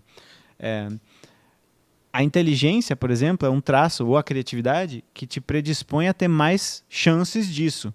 Porém, existem alguns empecilhos aí no caminho. Com a pessoa que é criativa, por exemplo, existe o seguinte: se você para pensar, por exemplo, a quantidade de músicas aí que o Mozart fez, que o Beethoven fez, e a quantidade de músicas deles que são extremamente ouvidas, né? Uns 5% das músicas que eles fizeram são ouvidas em 90% das vezes que você ouve esses caras. O mesmo acontece, por exemplo, no mundo dos artistas ou dos livros, né? Por exemplo, o Augusto Cury, Paulo Coelho e a mulher lá que faz o Harry Potter vendem 70% dos livros que são vendidos no mundo. Uhum. E o resto dos 30% é um monte de gente que vende. Então existe essa lei de Pareto em cima de qualquer coisa que é produto criativo. E aí essas pessoas criativas, elas precisam aprender a fazer a coisa até dar certo. Elas precisam adquirir fibra emocional de ter constância, porque elas naturalmente não têm. Então ela vai lá, criei um negócio. Pum, não quero mais. Criei isso aqui. Não sei. O Cassim me falou que é tráfego pago, vai me trazer cliente. Tráfego pago. Não, mas tem que apertar 50 botões. Não vou. O Jean me ensina a fazer conteúdo e fazer posicionamento e me falar de um jeito que as pessoas vão conseguir entender o que eu estou falando e isso vai resultar em vendas. Mas espera aí. O Jean aprendeu a mexer em câmera. Ele aprendeu a fazer o cenário. Nossa, eu não tenho saco. E aí a pessoa ela vai no projeto, assim, infinitamente ela vai. Então a pessoa que é criativa tem essa dificuldade. A pessoa que tem TDAH tem um traço criativo muito alto. A pessoa que tem superdotação tem um traço criativo muito alto. E aí a pessoa que tem inteligência alta, falando de criatividade, é isso. É a dificuldade de você aplicar a criatividade por tempo suficiente para aquilo se tornar disruptivo. Então, por exemplo, na minha história aí, eu desde 15 anos eu crio coisas, né? Eu crio músicas, eu crio textos, eu escrevo coisas, eu gravo áudios. Desde os 15 anos eu comecei a exacerbar esse lado criativo. Mas até os 32 anos, eu não sabia o que era ganhar dinheiro. Até os 32 anos. Aí com 32 anos eu comecei a produzir conteúdo, comecei a entender como que era para produzir um conteúdo que era interessante. Foi depois de eu ter que ensinar desenvolvimento pessoal, desenvolvimento emocional no meio da pandemia para médicos, enfermeiros que estavam atendendo gente que estava morrendo. Assim, eu tinha que falar ali com aqueles caras 15 minutos e não podia ser balela. Então, quando eu comecei a fazer conteúdo na internet, para mim já era moleza, porque se eu consigo encantar um cara que está dentro de uma UTI e fazer ele parar 15 minutos, então eu consigo fazer parar um cara que está scrollando, né? Sim. Então eu comecei a fazer conteúdo ali e comecei a entender. Mas na inteligência, o negócio é o seguinte, pega em várias questões. Então, por exemplo, em 2021, quando eu comecei a fazer conteúdo, eu já tinha condições de fazer o conteúdo que eu faço hoje. Né? Eu trouxe aqui a câmera para mostrar, os meninos estavam olhando, nossa, essa câmera é muito boa e tal. Naquela época eu já tinha condições de fazer o conteúdo que eu faço hoje no nível de qualidade estética e tal, porque eu já queria fazer isso. Mas eu não conseguia comprar a câmera, porque eu ia ter que trabalhar 12 meses para comprar a câmera que eu tenho hoje. Só que naquela época, eu não tinha ninguém para me ajudar, então eu tentava. Eu pegava lá uma câmera e uma lente que nunca iam dar o resultado que eu precisava, e eu falava para Dani, vamos ficar aqui até a gente encontrar o negócio perfeito. E aí eu lembro que às vezes a gente ficava uma madrugada, ou uma tarde inteira, das 2 até as 7 da noite, tentando botar a luz, aquele softbox comumzinho com aquela lâmpada. Sim. Cara, era um negócio que não tinha como, não ia funcionar, porque a qualidade que eu queria na minha cabeça exigia, sei lá, uma câmera e uma lente de um valor estratosférico para mim na época. E a mesma coisa acontecia com o conteúdo que eu fazia. Eu queria fazer um vídeo para YouTube, o exemplo que eu tenho mais interessante eu queria fazer uma série de vídeos sobre procrastinação. E aí, eu bolei assim, iam ser 4 vídeos. Um sobre o que é, um sobre as causas, outro sobre tratamento, outro sobre não sei o quê. E aí eu ia fazer isso para cada tema. Esse era o meu plano em 2020, eu acho. Então, assim, cada mês vai ter um tema no meu canal do YouTube. E cada tema vai ser 4 vídeos. Né? O problema, a solução, isso aqui. O que aconteceu? Não sei quem é esse. Se atender, fica tranquilo. Ah, peraí, deixa eu só... Tá. E aí, o que aconteceu? Eu acabei escrevendo um arquivo de 50 páginas sobre o episódio 1. Nossa! Aí eu falei, cara, não vai dar certo isso aqui. Vai levar um ano no episódio 1. E aí eu pensei, aqui eu não tenho ainda maturidade emocional e não tinha ninguém para me orientar. Nossa, o que eu comprei de curso, você não imagina. Curso, mentoria, tudo que você imagina. E aí, assim, comprava um curso, eu olhava o curso e falava, não sei porquê, mas esse curso não se aplica para nada que eu quero fazer. Não sei porquê. Era assim, era outra linguagem, outra forma de ver o mundo. Eu falava, cara, isso aqui não faz o menor sentido. Aí eu comprava uma mentoria, tá lá, vamos lá, mentoria, 60 mil por ano, vou te ensinar tudo, não sei o que. Chegava lá, pum, ué, cadê o mentor? Quero marcar com o mentor. Não tem, é só marcar com o João aqui. E o que o João é? O João é nosso navegante. O que é um navegante? É o cara que vai te mentorar. Pô, mas eu não contratei mentoria com o Cassim? Não, o Cassim, ele só vendeu pra você. Quem vai entregar é uma galera que você nunca viu na vida. Quem vai entregar é um cara... Mas, ó, segue o método dele, né? Arrisca. Sabe quem vai entregar a mentoria pra você? É um cara que ganha 4 mil por mês pra entregar a mentoria do cara que fatura milhões. E eu, cara, mas eu ganho 5 mil, eu já ganho 10 mil por mês com conteúdo na internet, esse cara aí deve ganhar 5 mil por mês. Como que ele vai me ensinar a ganhar 50? Uhum. Não tem lógica. Então, eu fui aprendendo assim, você também, né? Você me falou que foi assim. Muito. Eu aprendi, perguntei, como é que você aprendeu tráfego? Aprendi porque eu não tinha como não aprender, né? Não tinha possibilidade de não aprender, não tinha como pagar, a única maneira era não dormir estudando. Exatamente, foi o que aconteceu comigo. Como é que eu aprendi a ser persuasivo no convite para você fazer um curso de treinamento? Não dormindo, estudando, comprando o curso. Como é que eu aprendi a fazer conteúdo? Editar vídeo, montar roteiro, tudo, absolutamente tudo. Tudo sozinho. A única coisa que eu não aprendi foi tráfego, justamente, que foi um negócio que a gente estava conversando ali, que você veio e fez melhor do que ninguém tinha feito pra gente. Mas a única coisa que eu não sabia fazer do negócio inteiro era tráfego. E aí o que acontece? Eu percebi que tem perfeccionismo, tem síndrome de impostor, tem autoexigência extrema, desmedida. E eu acho que tudo isso, para mim, na minha cabeça agora, eu consigo entender que é tudo muito fácil de resolver. Só que quando você está sozinho, é literalmente impossível. Porque você... Assim, eu estava conversando com uma paciente ontem, né? Ela falando assim, nossa, eu compro livro, que coisa ridícula que eu sou. Olha, eu compro livro, e não consigo ler nada. Eu falei, eu também. Ela, Eu sim.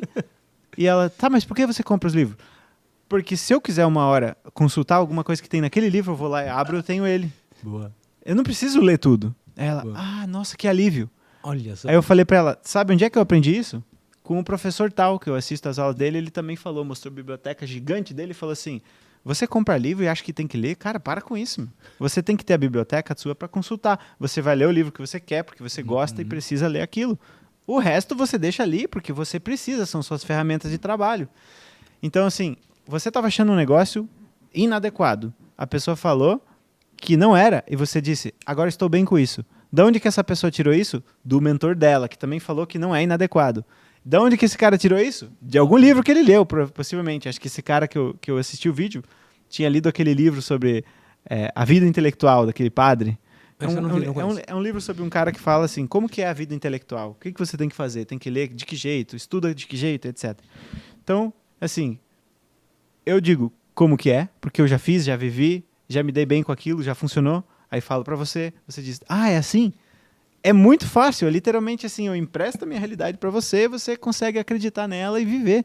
Só que é muito difícil porque essa galera não consegue ter, principalmente se você é criativo ou inteligente, ou se você funciona de outra forma, por exemplo, com relação ao TDAH. O TDAH vai lá, Tá, a primeira coisa que você tem que fazer é um planejamento estratégico, colocar tudo no Trello. O TDAH vai falar assim, ferrou, já era, vou viver pobre o resto da vida. A hora que você falou Trello e ele abriu, ele teve uma convulsão, né? Porque assim, o TDAH, o que ele quer fazer? Ele quer que alguém faça isso para ele, ou ele quer que alguém ensine como ele consegue fazer isso, né? Como é que eu consigo? Tá, me ensina uma forma divertida de planejar as coisas, aí eu vou planejar, senão eu não planejo. Então, para mim, no caso, né, pro Jean, ou alguém faz para mim, ou eu torno divertido. Senão, não tem como. E aí a pessoa diz, mas eu comprei o curso e o cara me falou lá que eu tenho que fazer... tenho que fazer todo dia, anotar num relatório todas as coisas que eu fiz, que eu não fiz, listar todas as tarefas, ir riscando e fazer um pomodoro. Cara, esquece isso aqui, não funciona para mim. Então, assim... eu acho que tem pouquíssimas pessoas dispostas a ensinar essas pessoas, né? O TDAH tem isso. O autista, por exemplo, ele já se dá muito melhor com essa coisa de planejamento, com essa coisa de colocar as coisas no papel, de estruturar, só que ele tem outras dificuldades, né? Dificuldades de socialização, dificuldades de entender as necessidades do outro. Então, digamos que seja aí um psicólogo que tem autismo. Às vezes ele vai falar com o paciente ali, com o prospecto, que pode ser um cliente, ele não sabe como falar com essa pessoa para mostrar para essa pessoa que passar pelo processo terapêutico com ele vai fazer muito bem para ela. Às vezes ele não consegue... Assim, eu falo de um jeito, por exemplo, que eu gostaria de ser atendido, mas eu não sei como é que a pessoa está sentindo isso. Às vezes eu estou sendo muito incisivo, às vezes eu estou sendo muito grosso, às vezes eu estou sendo... assim, excessivamente empático e tô atendendo a pessoa no WhatsApp sem cobrar, sei lá. Então, assim, essas pessoas, elas não têm muita ajuda, às vezes, para fazer quase nada desse mundo aí né, de conseguir... Elas não têm mentores, né? Isso é verdade, elas não têm ninguém que ensine. O que eu percebo também, Jean, pelo fato de ter essa dificuldade, pelo fato de ter uma inteligência acima da média e pelo fato que você trouxe aqui delas abandonarem com frequência, sempre a próxima dopamina, né? Vai um pouquinho, mas tem um grau de dificuldade. E vai, abre várias tampas e não fecha nenhuma, né? Gira vários pratos e não volta para continuar girando. Essa desistência, que eu acredito que é um grande fator impeditivo de alguma coisa acontecer. E vamos entender assim, então, um primeiro passo para essas pessoas seria... Entenda que para você vai ser um pouquinho mais difícil mesmo. Não vamos romantizar isso aqui. Cara, vai ser.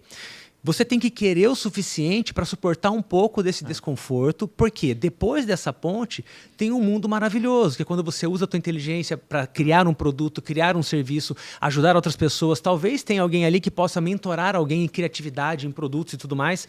Então... o neurodivergente com dificuldades, entender o primeiro passo, entender que para ele é mais difícil e encarar esse difícil para poder, pelo menos, ter o primeiro resultado, a gente pode partir daqui. Exatamente. Então, vamos pegar o meu exemplo. Cara, quando eu comecei a fazer conteúdo, eu vi várias pessoas começando na mesma época. Por exemplo, conheço pessoas que não têm TDAH e que também têm uma inteligência acima da média, que ficaram, assim, extremamente estratosféricos, milionários, assim, de uma maneira absurda. Assim, enquanto eu estava ali tentando ajustar a câmera. E aí, o que você precisa entender, né? Tem um caso específico que eu acompanhei desde que a pessoa tinha, sei lá, 30, 40 mil seguidores, agora ela tem centenas de milhares de alunos.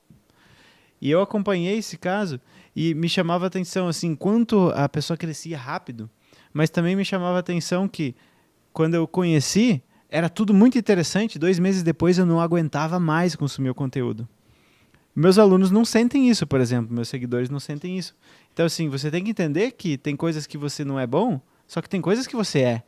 Então, hoje, para mim, por exemplo, apesar de ser muito difícil algumas coisas de organização, planejamento e tal, hoje em dia eu consigo pagar uma pessoa para fazer isso e eu consigo fazer o conteúdo que eu vou lá e falo, tá, esse negócio aqui, esse negócio, já falei 3, 4 vezes, agora eu quero trazer algo novo.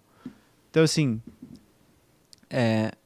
talvez essa pessoa que cresceu estratosfericamente também olhe pro meu conteúdo e fala, nossa, que interessante, cara, eu queria fazer algo novo assim toda hora. Não consigo. Eu tô sempre repetindo as mesmas coisas porque, não sei, eu não sou uma pessoa criativa, sei lá. Então, o que acontece?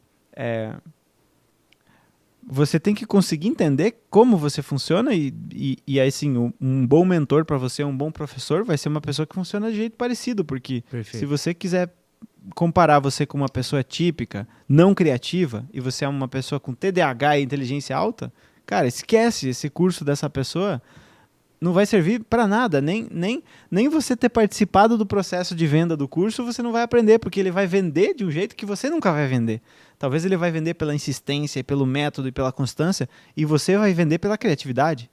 Eu conheço pessoas, né, que têm neurodivergência, assim, que assim, o negócio delas é, assim, você diz, caramba, como é que essa pessoa inventou esse negócio? Nunca ninguém fez isso aí, ela fez e dá certo. Então, assim, nem o método de você convencer a pessoa que o teu produto é bom vai ser diferente, que dirá o jeito que a pessoa consome. Então, é tudo diferente. Mas essa percepção de vai ser mais difícil para mim, concordo, vai ser mais difícil para você, só que o que você pode olhar vai ser mais difícil para mim por quê? Porque eu sou mais criativo ou porque eu sou mais inteligente? Tá. E qual é o benefício de eu ser mais criativo e ser mais inteligente depois que começa a dar certo de um jeito que fica mais tranquilo? Legal. Então, para mim, é interessante porque eu ligo a câmera e eu consigo falar 3 horas sobre um negócio que eu nem estudei. Por conta da criatividade, vem coisa na minha cabeça que eu nem lembrava que eu sabia. E eu acho incrível isso, eu acho isso interessantíssimo. Então, assim, agora que já está mais confortável, eu prefiro ser eu do que ser esse cara que fica falando a mesma coisa e tá trilionário. Porque eu acho mais divertido trabalhar. Porque eu funciono dessa forma.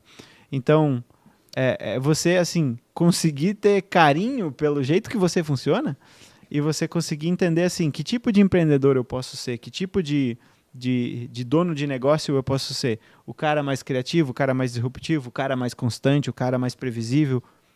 Então, se você tem criatividade, se você tem neurodivergência, alta inteligência, altas habilidades, com certeza você vai ser um pouco diferente. E aí, por exemplo, vamos pegar o meu caso. Comecei a falar de altas habilidades. Aí eu sou uma pessoa que tem uma inteligência acima da média e uma criatividade alta. E também uma amabilidade alta. Diria que são as 3 características que eu posso citar para exemplificar isso aqui. Aí eu comecei a fazer conteúdo em 2020, em audiovisual. Assim, antes eu escrevia em blog. Eu escrevi em blog 1 ano, aí eu aprendi assim, tá, como é que eu consigo explicar as ideias? Agora eu comecei a fazer conteúdo em áudio. Aí eu tinha um celular Motorola, aquele Moto Play, eu botava uma meia e falava, porque senão dava aquele... estourava o som. Um ventinho. Aí eu fiz o meu episódio no Spotify lá, sei lá quantos episódios, centenas, com a meia no negócio. Depois, eu falei, agora eu acho que eu tô confiante para fazer vídeo. Aí eu devo ter feito uns 200 vídeos que eu deixei privado, escondido ou deletei. Nossa. Então agora eu fui na casa de um cara, dias atrás, um cara que é médico, tem 6 milhões de seguidores no Instagram e 4 milhões de inscritos no YouTube. Ele falou, cara, como é que tu faz esses vídeos, meu? Como é que tu faz esse roteiro? Como é que eu falei, cara, não tem roteiro. Ele falou, tá, como é que é então? Eu falei, assim, isso foi ao longo de toda essa época aí, né? Eu pensando, cara, eu preciso fazer o negócio ficar entendível, exemplificável, memorável. Então eu falei pra ele, eu faço o seguinte, primeiro eu penso, qual é a ideia do vídeo? Aquele vídeo que você tava falando, né? O dia em que eu saí chorando da terapia. Essa é a ideia do vídeo. Uhum. Então, por que eu saí chorando da terapia? Porque eu não estava sendo entendido. Essa é a ideia abstrata. Agora eu começo a contar a história real. Aconteceu que eu fui lá, falei tal coisa, o cara falou tal coisa. A história é real. O exemplo. Por exemplo, quando você está não sei o quê. Então, sempre falo o exemplo, sempre faço uma analogia, sempre ilustro a situação acontecendo. Aí o cara sai do vídeo, ele entendeu o conceito, ele entendeu os exemplos, ele associou com uma coisa que ele já sabe, que daí facilita o aprendizado, e ele tem a história para lembrar para sempre. Aí você diz, nossa, que conteúdo fantástico. Só que foi assim, batendo cabeça e todo esse tempo treinando, né? E aí, por que eu comecei esse raciocínio mesmo? A gente estava é mais difícil, ok, aceito, entendo que é mais difícil, mas na parte que eu domino, na parte que eu brilho, por quê? Como é que eu faço aquilo que é muito confortável para mim sem ficar copiando os outros? Deu para pegar o gancho? Ainda não? Não. Tá, eu esqueci completamente. Mas deixa eu ir para um lugar aqui, se você lembrar, você traz de volta. Você estava dizendo sobre... Isso foi muito legal que você falou aqui agora. A pessoa buscar um mentor, buscar um comunicador que ela, pelo menos, ela vai se assemelhar de alguma maneira. Que ela fala assim, cara, esse cara me entende um pouco. Faz sentido o que ele está falando. Já que ele se parece um pouco comigo, é com ele que eu vou aprender. Porque senão, eu vi muito disso, Jean. O cara compra um curso de marketing e ele vai aprender técnica. Sim. Só que se ele é criativo, a técnica, ele nem decora a técnica, ele precisa de improviso, ele precisa funcionar. É um músico que toca só na orquestra e ele não erra uma linha da partitura, e é o cara do blues que ele só precisa saber que tom que tá. Tá em lá? Exatamente. Tá. Então vai que eu vou atrás. Exato. Mas você nunca ouviu a música? Não preciso ouvir, eu sei o tom. Exato. Essa é a diferença. E, aproveitando o gancho para a galera que está assistindo a gente aqui, você que é psicólogo, terapeuta, que se enquadra em alguma categoria de altas habilidades, superdotação, neurodivergente, né, o TDAH e coisas do tipo. Você que se achou nesse lugar no mundo e tem acompanhado o Jean, os conteúdos do Jean e falou, cara, esse cara me entende. Ele deu um nome pela primeira vez pelo que eu senti aqui. A gente está bolando um programa para ajudar terapeutas, psicólogos, pessoas que querem trabalhar online, trabalhar no digital, trazer clientes, trazer pacientes. E aí é o seguinte... É do Jean para você, que é o que ele domina na parte de conteúdo, tudo isso que ele falou aqui agora, que ele está transformando num método. E a minha parte para você, que é marketing digital, o tráfego pago, simplificado e vendas, de uma maneira que não é técnica pura, não tem números. Você vai aprender com uma pessoa que provavelmente é parecida com você. E você está assistindo até agora, né, Jean? É porque você se identificou com a gente aqui. Então, logo a gente vai trazer isso à tona. Da turma que você conhece, Jean, agora dos terapeutas, tirando os neurodivergentes, os terapeutas e os psicólogos, você sente que eles têm uma dificuldade de cobrar, de fazer marketing, de se comunicar, e muita gente está até saindo da psicologia e virando Uber por conta disso? Demais, demais. Tem uma dificuldade de, é isso aí mesmo, fazer marketing, gerar desejo, fazer a pessoa entender o valor do que você faz, e aí achar que tudo isso é justo e que merece um valor X, né? Então, por exemplo, aconteceu ontem comigo isso. Uma das pessoas que vende a nossa pós-graduação, eu peço para ela gravar e depois eu olho, né? Aí eu fui lá e ela estava falando, tentando convencer a pessoa de vários benefícios que tinha. E aí eu disse, cara, tá esquisito isso, não é por essa via. Eu falei para ela, ó, faz o seguinte, você não está fazendo a pessoa perceber a coisa real, você não precisa mentir e nem inventar nada para você fazer a pessoa entender que esse curso é interessante. Olha só o que... Daí eu falei para ela, olha o que está acontecendo no mundo, tá? Quando eu entrei na faculdade, em 2013, ninguém sabia o que era depressão. Aí começou a bombar gente falando sobre depressão. Em 2020, ninguém sabia o que era TDAH. Aí o Simon, aquele meu amigo meu que fala sobre TDAH, disse, cara, eu comecei igual você, não tinha ninguém falando de TDAH, igual você falando de altas habilidades, tinha pouquíssimas pessoas dentro da internet falando. Eu comecei lá em 2020 e não tinha ninguém. Olha quanta gente tem falando de TDAH hoje, assim, um mar de gente. Muito. Mesma coisa aconteceu comigo. E eu falei pra ela assim, ó, traz esse raciocínio pra pessoa, que as pessoas que vão querer comprar nossa pós em HSD são pessoas inteligentes. Você só precisa mostrar pra elas o que tá acontecendo. Então fala pra ela assim, ó, aconteceu isso em 2013, aconteceu em 2020, agora em 2022 aconteceu com altas habilidades. Então, ó, 2013, 2020, 7 anos. 2020, 2022, 2 anos. Quando é que vai acontecer isso de novo? Ninguém sabe. Assim, uma coisa massiva, que tem gente que chega a falar que superdotação tá na moda, superdotação tá na moda. Tá na moda o caçamba. As pessoas não sabiam disso e agora elas estão descobrindo um negócio que muda a vida delas. Uhum. Então, assim, quando é que vai passar esse cavalo encilhado de novo? De você olhar e dizer, nossa, olha aqui, um mercado abrindo, cara. E eu posso entrar ali, que foi o que aconteceu com o Jean. O Jean foi lá e falou assim, cara, eu descobri esse negócio, pelo amor de Deus, por que ninguém me falou que eu tinha isso? Cara, eu tô com raiva do mundo.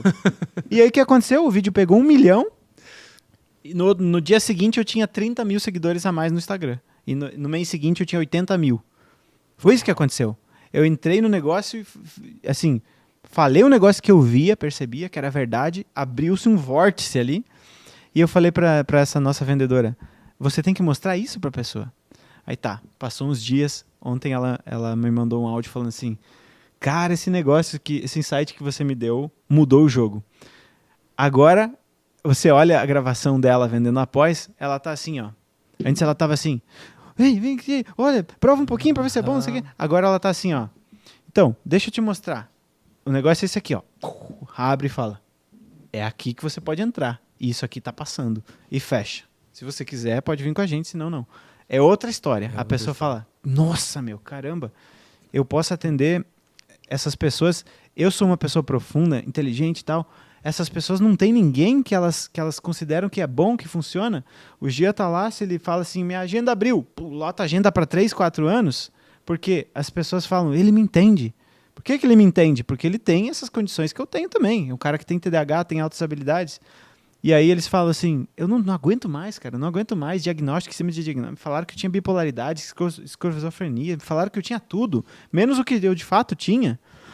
E aí a pessoa pode entrar nesse mundo. Então, para mim, assim, marketing, vendas, não é sobre enganar a gente, nem sobre nada do tipo. É sobre você falar, cara, eu tô indo para esse lugar aqui, e para esse lugar eu tenho um carro gigantesco que precisa de gasolina, combustível. A gasolina, o combustível é a sua motivação, é a sua aposta em estar comigo, é o seu dinheiro que a gente bota nesse carro e esse carro anda mais rápido, com mais gente, com mais peso. Quer vir ou não quer? Não quero, não faz sentido. Beleza. Tá tudo certo, porque se você não quer, depois de eu ter te mostrado, eu não quero que você entre, né? Agora, se você olha e diz, cara, eu entendi, só que eu não tenho dinheiro, só que eu não sei o quê. Tá, então a gente vai conversar sobre isso, eu vou te ajudar a entrar, mas eu entendi que você quer, você é um dos nossos, você vai. Mudou 100% o jogo, né? Então, de uma coisa que ela tava ali meio insegura, tentando falar pra pessoa, eu preciso que você veja o negócio que a gente tá fazendo como valoroso. Foi assim, tá, entendi, você tá vindo para ver uma coisa que eu tenho de valor. Ó, o que eu tenho é isso. Eu quero entender se você é a pessoa que percebe esse valor ou não. Se você não percebe esse valor, eu nem vou entrar muito. Eu vou, assim, mostrar e dizer, tá, beleza, então, se você quiser, a gente chama a gente e tal. Agora, se eu vejo que brilha o olho da pessoa, e aí eu vi uma gravação onde aconteceu justamente isso. A mulher tava olhando, ela pensou... Eu li a cabeça dela pensando assim, caramba, meu, eu tô atendendo ali, fazendo sessões e eu não sei como dizer o que eu faço, e não sei como explicar o que eu faço e tal. E aí agora eu consigo achar uma pessoa que vai falar assim, nossa, ainda bem que eu te encontrei, e ainda bem que você oferece esse serviço. Que as pessoas me falam, cara. Obrigado por vender pra mim. A minha sessão é cara, as pessoas me agradecem. Falam assim, cara, obrigado. E elas não falam obrigado por vender pra mim, elas falam obrigado por existir. Uau. Olha que coisa bizarra. Obrigado por existir, porque só a tua existência me deixa calma. Por quê? Porque você tá me dando uma luz absurda. Então, pra mim é sobre isso. E aí, quando eu faço um vídeo no YouTube, quando eu faço um Reels ali, que eu me preocupo com a roupa que eu vou vestir, se tem livro atrás ou se tem um objeto metálico atrás, se a voz está aveludada ou se está estridente, se eu começo com um gancho forte ou não, se eu conto história ou não conto história. Tudo isso, pra mim, é para você pegar um cara que tá ali, scrollando, e que ele vai assistir um besterol americano daqui a pouco na Netflix, e botar ele assistir um curso que vai mudar a vida dele. Para mim é isso. Uhum. Então eu tava até falando para essa minha colaboradora assim, cara, eu vejo uma coisa assim de, olha a mensagem de Jesus Cristo. Isso não é um baita de uma mensagem bem empacotada e eficiente? Porque você olha e fala, nossa, que sabedoria tem essas coisas que esse cara ensina. E olha como se disseminou isso pelo mundo. Então é muito mais sobre isso. Eu acredito nisso, e isso muda a vida, e eu quero que você ouça. É muito mais nessa linha. Só que daí, quando você sabe, né? O mercado da onde a gente vem é outra coisa. É assim, como é que eu faço para entulhar mais gente lá dentro e vender mais? E assim, eu já ouvi várias histórias assim, né, de gente comprando mentoria, mastermind, não sei o que lá. Até por isso que eu ainda não consegui desbloquear minha cabeça para criar mentorias e masterminds e os caramba. Porque tive tanta história de gente falando assim, contratei a mentoria, aí, cara, o que acontecia? O mentor não aparecia no grupo e não conseguia agendar com ele nenhuma conversa. E quando alguém falava de alguma coisa assim que tipo tava estranho porque o mentor não aparecia, o grupo metia o pau no cara. Nossa. Por quê? Porque isso era uma lavagem cerebral desde o início. De assim, cara, você é um merda se você precisar de chamar o mentor. Só que você contratou uma mentoria. Olha que loucura. Esse é o mercado que a gente veio dele, né? Sim. A gente veio dele. Então, eu acho que é isso que a gente tá...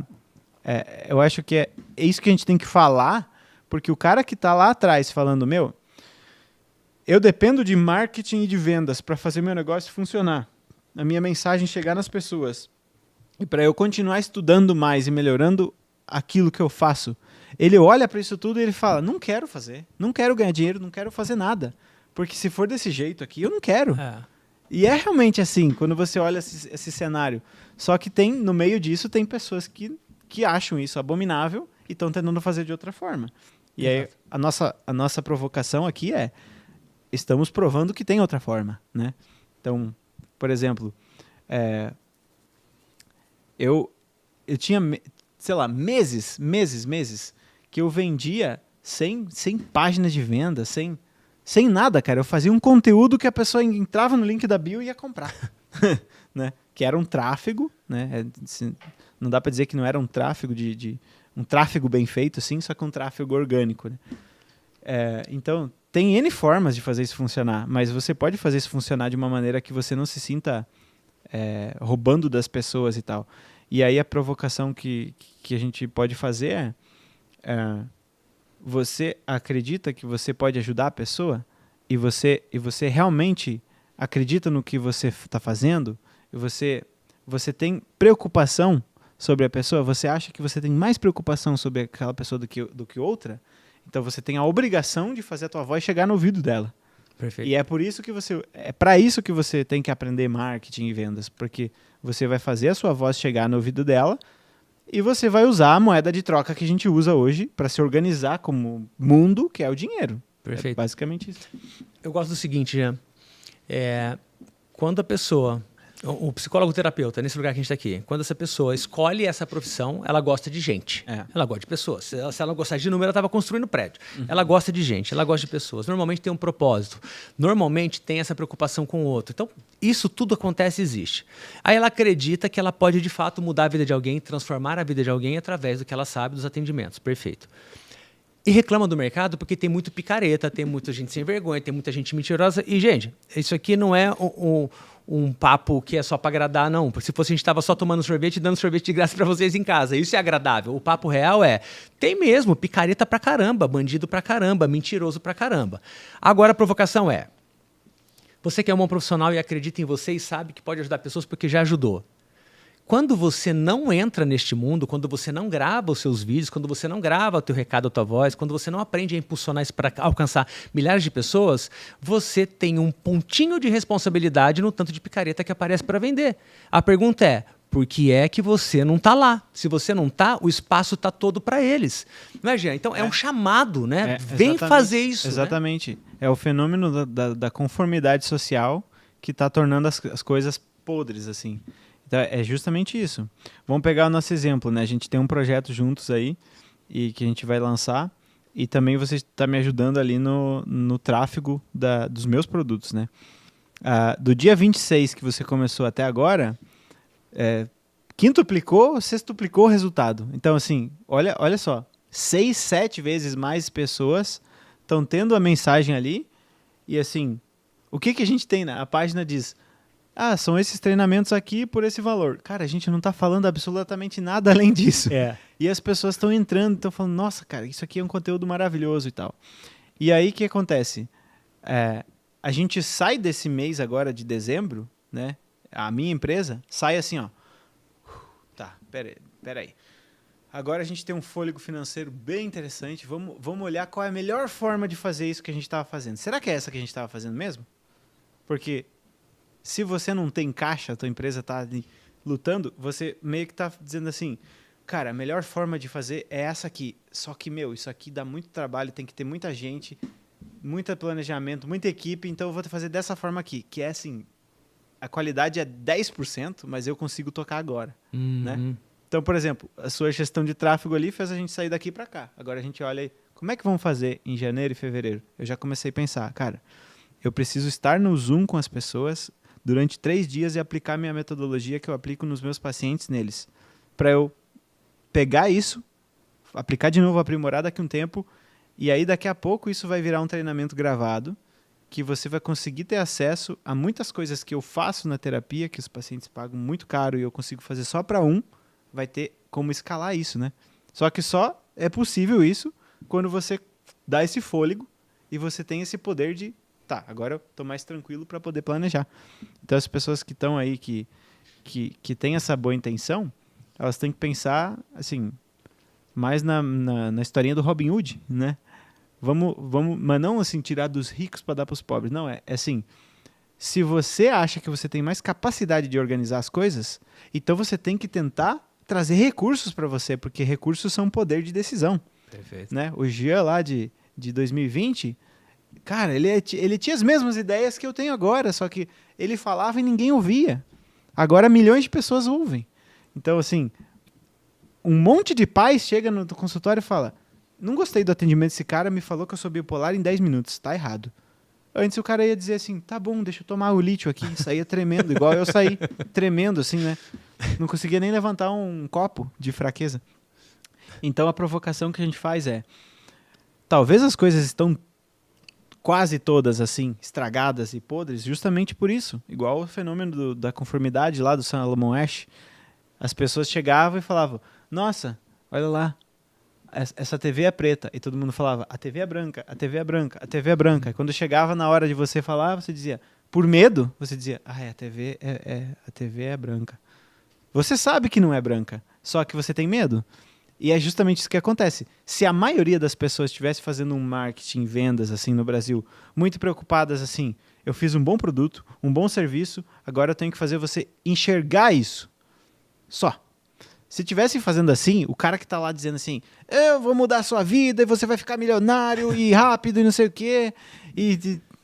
Esse cara ia sentir vergonha de fazer isso. Ele não ia ter espaço. Porque ia ser o contrário. Ia ser ele chegando querendo dizer que a TV é branca, quando todo mundo tá olhando pra ele: você tá maluco? Não tá vendo que é preta? Tá doido? Sai daqui. Tá invertido, né? É. Tá invertido. Tá e invertido. é um chamado mesmo que a gente tá fazendo, e logo você vai ter acesso a essa ideia que a gente vai colocar no ar. É um chamado mesmo. A gente tá em busca dos bons que estão calados por enquanto. Do que depender da gente, a gente vai colocar a voz de vocês para todo mundo. Jean, a importância agora pegando essa janela que você trouxe, a importância agora do psicólogo, da pessoa que já tem uma formação acadêmica, de fazer uma pós com um assunto que foi recém-descoberto, que você trouxe à tona, e além de trazer o conhecimento e melhorar o atendimento e a resolução de problema dos outros, o filete de mercado que se abriu agora para esse assunto, que ainda tem pouca gente atendendo. Como que é o sistema de pós que você tem para quem está interessado em avançar? Tá. Então, a pós que a gente tem em HSD e dupla excepcionalidade, ela é muito mais um laboratório e um centro de pesquisas do que um curso. Não que não tenha aulas. Tem aulas, mas assim, eu estou pensando cada vez mais em isso ser muito diferente do que a gente costuma ter. As pós-online costumam ter aulas de 3, 4 horas ao vivo no sábado, onde você começa a convidar um monte de profissional, convida um de TDAH, um de autismo, não sei o que, dá aula lá na minha pós, nem sei quem você é, você está lá dando aula na minha pós. A gente pensou a pós como um projeto de formar esses caras que querem ajudar esses indivíduos, né? Então, a gente formou lá uma clínica, que é tipo uma clínica escola, e a pós. Então, você estuda na pós, atende na clínica. E eu estou cada vez mais pensando em trazer uma experiência didática. As últimas aulas que eu gravei, por exemplo, são histórias. Eu falo: o Alex tinha 3 anos, aprendeu a ler, não sei o quê. E aí tem uma aula de meia hora onde eu trago 3 casos e eu falo: bota nos comentários o que você acha que essa pessoa tem. Mas é uma história. Você assiste como se fosse um filme, assim. Por quê? Em vez de eu falar: dislexia, tem dificuldade disso. Já o TDAH, não sei o quê. Eu trago uma história. E você imerge naquilo e você vai lembrar quando estiver atendendo um paciente: nossa, a história lá que o Jean contou, o menininho, ele sabia escrever e tal, mas ele demorava. Pode ser uma dislexia. Então, a gente está trazendo essa parte didática e essa parte de discussão em grupo. Outro dia, uma aluna da pós ali trouxe uma ideia que eu nem tinha pensado. Ela falou: Jean, você não pensou nessa hipótese desse negócio aqui? Eu falei: cara, isso aí tá certo. Eu falei um negócio no vídeo e falei: não, esquece o que eu falei. É o que você tá certo, é o que é. Legal isso. Então é isso, a gente quer montar esse laboratório, né? E assim, falando de oportunidade, é isso que eu trouxe. É como se você estivesse falando você está falando de uma condição aí que a OMS estima que tem 4 milhões, 5 milhões de brasileiros. Por exemplo, se você pega um QI 130, tem 1 a cada 40. Outra condição muito parecida que todo mundo diz que tá chovendo gente, autismo. Tem 1 a cada 36. 1 a cada 36 ou 1 a cada 38, não lembro bem, pessoas têm autismo. Se a superdotação fosse o 130 de QI, como algumas pessoas querem dizer, eu acho que tem muito mais do que isso, mas vamos lá. Pegando se for só 130 de QI, estatisticamente as pesquisadoras que falam disso estimam 1 a cada 40 pessoas. Então isso significa que tem aí 5, 6 milhões de brasileiros. Então, da mesma forma como tem um mercado gigante no TDAH, no autismo, que o TDAH são 6 ponto alguma coisa, 5 ponto alguma coisa por cento da população. Tem essa quantidade tão grande de pessoas com altas habilidades. Por isso que tem gente falando que está na moda ser superdotado, que agora todo mundo quer ser superdotado. Não, é que as pessoas que ficam consumindo conteúdo na internet têm uma probabilidade muito maior de ser superdotadas. Então você está pegando um viés, um recorte, que é da coisa do superdotado gostar de consumir informação o tempo inteiro, e você está falando que agora virou uma modinha. Não, esses caras gostam de estudar, eles vão estudar tudo que tem sobre o assunto. E eles vão caçar o profissional na Doctoralha, no TikTok, no YouTube, em tudo que é lugar. Porque eles vão dissecar o que você está falando, vão falar, esse cara se encaixa comigo. Essa pessoa falou um negócio que eu consigo confiar nela, pelo que ela falou. Então a gente está falando de um mercado de milhões de pessoas que têm sofrimento muito intenso, que não conseguem organizar sua cabeça sozinhos, que muitas vezes têm filhos que também estão entrando nessa mesma problemática que eles passaram. Muitas vezes eles estão cobrando dos filhos o que cobraram deles. Então se você chega lá e mostra algumas coisas desse tipo, que a gente está elucidando aqui, como por exemplo, vou dar um exemplo bem, bem bobo. Se você assistir esse podcast, né, umas 5, 6 vezes e pegar o que a gente trouxe sobre narcisismo, trauma e tal, TDAH, cara, com isso aí, você muda a vida de um pai, de uma família. Nossa, é bem raro você conseguir transmitir esse tipo de informação para uma pessoa neurodivergente. Não tem muita gente falando isso. Quando é que foi que eu fiz uma live com um superdotado profundo dias atrás, e eu falei para ele assim, olha só o que a gente está fazendo aqui, você é superdotado profundo, né? Sim, tem dislexia e tudo mais, é psicopedagogo. Você já ouviu falar em artigo científico, em livro, o que a gente está discutindo aqui? Ele falou, cara, realmente, eu nunca vi. Então, olha só o que a gente está fazendo, cara. A gente está criando um conhecimento que daqui a pouco vai estar nos livros e nos artigos. As pessoas vão começar, aquela visão lá do TDAH como uma manifestação ambiental e tal, de propensões genéticas. Vou escrever um artigo sobre isso, escrever um livro, né? Mas a gente está criando um movimento de conhecimento que está começando. Então, assim, você entrando agora, a sua voz é amplificada em 1000. Eu não sou a pessoa que sei mais sobre superdotação no Brasil.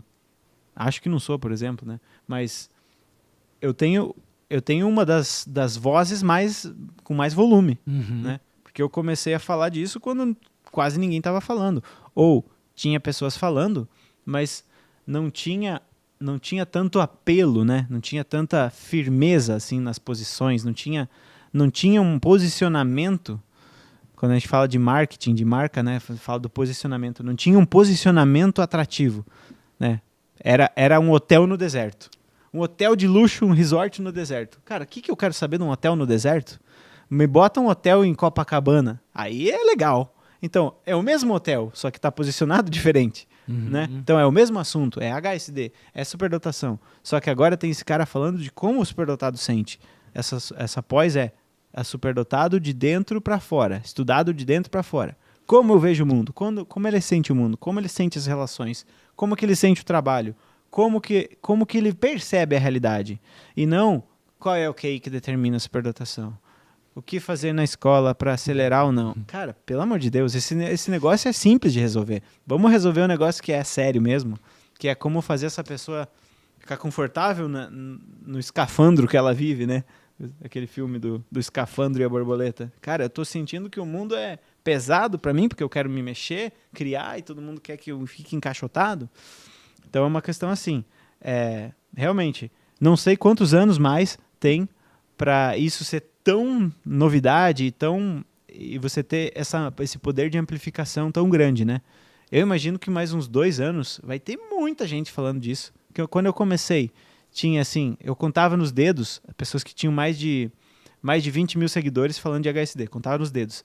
Agora, só na minha pós-graduação tem 6, que tem mais de 50 mil seguidores. Então, cara, daqui a 2 anos você vai olhar, nossa, por que eu não entrei antes, cara? Eu gosto de estudar esse assunto, eu gosto de estudar e ajudar essas pessoas, eu me identifico com isso, só que agora, para eu ser ouvido, eu tenho que gastar um caminhão de tráfego. Eu tenho que gastar um caminhão assim, fazer um monte de conteúdo, ser extremamente mais persuasivo, ser muito mais cirúrgico. Então, eu acho que é essa a oportunidade, assim, é como se fosse... não tem muito mais o que falar além disso, porque se o cara não viu isso, não vai conseguir trabalhar com esse público. Porque se você não viu isso, não percebeu isso, não entendeu, então a sua inteligência não consegue capturar isso tudo, ler isso tudo, e provavelmente o superdotado vai te abarrotar de coisas, você vai se sentir agoniado, não vai conseguir trabalhar com ele. Falar um pouquinho sobre a oportunidade de mercado. Eu tô online, cara, desde 95, quando a internet chegou no Brasil, né? Eu era um office boy da redação de um jornal, descobri a internet aos 15 anos. A galera não queria estudar a internet. Deixa a internet com a molecada. O que falaram ali, já é moda. Essa coisa de internet não vai pegar, é moda. Cara, eu ouvi isso em 95, eu tava lá. E aí, ainda bem que entregaram a internet pra molecada, eu fui estudar a internet, mexer no computador, entrar no Netscape, descobrir tudo aquilo. Me apaixonei pela ideia da internet. Logo aprendi a programar sites. Não tinha curso na época, por quê? Existiam os sites e não tinha. Era que nem IA no começo, agora tem, mas não tinha. E fui aprendendo meio que autodidata. Aprendi a programar HTML, depois aprendi a programar Flash, aqueles sites que piscavam um monte de coisa. Depois saíram sites de arrasta e solta, foi um alívio, não preciso mais programar, porque agora está tudo ali. Então, teve um grande boom da internet. Teve um momento na internet, que você vai se lembrar, que as pessoas investiam que nem terreno. As pessoas compravam domínio para vender o domínio. O caso mais famoso está no Google. Dá um Google aí que você vai ver. O caso do domínio pizza.com. O cara comprou, acho que ele pagou por 10 anos, ele pagou $10 por 10 anos, alguma coisa muito pouca assim, e ele vendeu esse domínio, se eu não me engano, por $5 milhões. O domínio pizza.com. Por quê? É um terreno, ninguém mais tem, só ele. Exato. Então, eu vi o boom da internet, depois isso caiu. A gente viu a movimentação de câmeras, a Cybershot, a câmera digital. Eu vi a virada, gente, só tenho 45 anos, tá? Não são 90 não, mas eu vivi isso que eu estava trabalhando desde cedo. Então, eu vi a câmera de filme que você tirava foto, revelava depois, e a câmera digital, eu vi isso acontecer, as câmeras profissionais, eu vi isso acontecer. E toda vez que surgiu, o mercado ficou muito aquecido, muito forte, muito grande, mas ainda assim, naquela época, gente, as pessoas não ficavam muito ricas, as pessoas faziam um bom dinheiro. Com o digital, a gente vê pessoas, entre aspas, comuns, que são bons profissionais, criando um livro, criando um e-book, criando um método, indo para o online, gravando vídeos e pessoas ficando ricas, milionárias. Isso não é uma promessa, a gente não somos esses caras, tá? Mas a gente viu isso acontecer, pessoas boas e honestas vendendo online e realmente fazendo milhões, ficando ricas, etc. E o que a gente vê agora nesse momento é um grande mercado financeiro, ao mesmo tempo que uma grande oportunidade de você tratar direito a pessoa que você vai cuidar. Porque, Jean, como é um psicólogo que vai atender um superdotado com altas habilidades e ele desconhece o assunto? Como é? Não é, porque só tem uma sessão só. A sessão que você é avaliado pelo paciente e descartado. O paciente não volta. Não volta. Não volta. Não tem como. E aí, muito psicólogo que faz a primeira sessão e não vende o resto depois, talvez assim, eu não sei porque as pessoas não voltam, deve ser preguiçoso, ele não quer tratar. Exato. Será que você está qualificado para esse tipo de paciente ou cliente que apareceu para você? Talvez não. Exato. E é nessa hora que surge a oportunidade de fazer uma pós para melhorar tecnicamente, cuidar melhor de pessoas e, profissionalmente falando para vocês agora a respeito de marketing e vendas, o mercado está gritando por profissionais e não tem o suficiente para atender a demanda. Essa é a hora. Exatamente. A Daniela ficou 2 anos na frente do WhatsApp da nossa clínica e ela sempre falando, tem que fazer isso, tem que fazer aquilo, tem que fazer isso para profissionais, tem que ensinar isso para os pais. Ela falando assim, cara, não tem jeito, não tem jeito da gente achar gente para... Ela ficava mal de tanta gente que vinha falar, e a pessoa vinha falar, eu não sei o que fazer com meu filho, tá tomando remédio para bipolaridade lá, eu acho que ele não consegue nem falar mais, com 9 anos. Nossa, de caso assim que a gente pegou, você não acredita. E ela falava sempre assim, porque eu estava sempre muito mais distante dessa demanda para poder produzir, né, tecnicamente, teoricamente, entender os conceitos, entender as coisas, fazer a didática. E ela estava ali entendendo o que as pessoas precisam, o que elas querem, o que elas estão dizendo. E ela sempre falava, temos que ter algo para os profissionais, porque os pais vêm, os adultos vêm, e eles precisam, eles querem e não têm. Então, assim, é uma demanda absurda mesmo. De tal forma que o meu psiquiatra, que é um amigo meu, que entrou na pós, falei, você entra na pós, você vai dar uma aula ali, vai dar várias aulas ali, uma disciplina ali, e depois a gente faz uma aula e você passa um formulário no final da aula. No final da aula eu chamei ele e falei, e aí? Ele falou, cara, 15 pessoas preencheram o formulário e 9 fecharam um acompanhamento comigo. Uau. 9. E assim, a sessão dele já estava beirando os 1000 naquela época. E aí o que acontece? São pessoas que já sofreram muito, mas muitas delas conseguiram conquistar uma possibilidade financeira interessante, né? Conseguiram conquistar uma profissão ali, assim, sofrendo muito por não saber da questão da criatividade que elas têm, da inteligência, mas uma boa parcela dessas pessoas ganha muito bem e, assim, eles pagariam muito bem para você resolver de fato o problema que eles têm. Só que ninguém resolve, sabe? Ninguém resolve. Ninguém dá o diagnóstico correto. Ninguém dá o medicamento correto. Ninguém trata emocionalmente correto. Ninguém trata comportamentalmente correto. Ninguém orienta nas relações, no ambiente dele corretamente. E aí esse cara fala, o que eu vou fazer? Vou pegar essa capacidade financeira que eu teria para resolver meu problema, vou gastar em bebida, vou comprar coisas para tentar suprir as necessidades emocionais que eu tenho, vou tentar viajar, sei lá, vai direcionar para alguma outra direção que não vai resolver. Então, assim, eu tive algumas experiências assim, bem interessantes. Teve um terapeuta também, que deu aula na nossa pós, que não era psicólogo, e em poucos meses, assim, ele quadruplicou o valor da sessão dele. Pouquinhos meses. Justamente por isso, especificidade. Ele começou a ser bom em atender superdotados. Ele me atendeu, eu disse, cara, esse cara é bom. Eu comecei a indicar e era incrível, porque eu indicava e as pessoas vinham me agradecer por ter indicado ele. Uhum. E não era barata a sessão do cara, mas as pessoas vinham falar assim, cara, obrigado por ter me recomendado, Jefferson, mudou minha vida. Foi assim, um divisor de águas. Olha só que loucura. Incrível isso, né?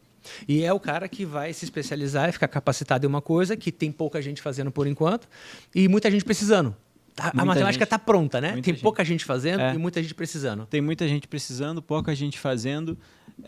Muita gente falando um monte de coisa que essas pessoas que precisam acham que não é a coisa certa a se falar. Também tem isso. As pessoas chegam e falam para mim, Gia, eu só consigo ver teu conteúdo. E mais o da fulana de tal ou da outra ciclana. 3 pessoas. Porque o resto, cara, eles ficam falando que você tem facilidade em tudo, ou que você tem que ir bem na escola. Cara, não é isso que é a minha vida, não tem nada a ver. O que você está descrevendo bate muito mais. Então, o que parece aí, já é alguém que está ouvindo você e as outras pessoas e está replicando sem estar no lugar. A pessoa não é. Telefone sem fio. Telefone sem fio. E ela não é. Pelo fato dela não ser, ela não consegue nem identificar o que ela está falando que é real e que não é real. Agora, quando é de alguém que tem algum tipo de neurodivergência ou que está dentro dessa categoria e além disso ainda estuda, a gente tem um profissional ímpar, né? Exatamente. Para quem é após, já tem algum tipo específico? A gente sabe, óbvio, né?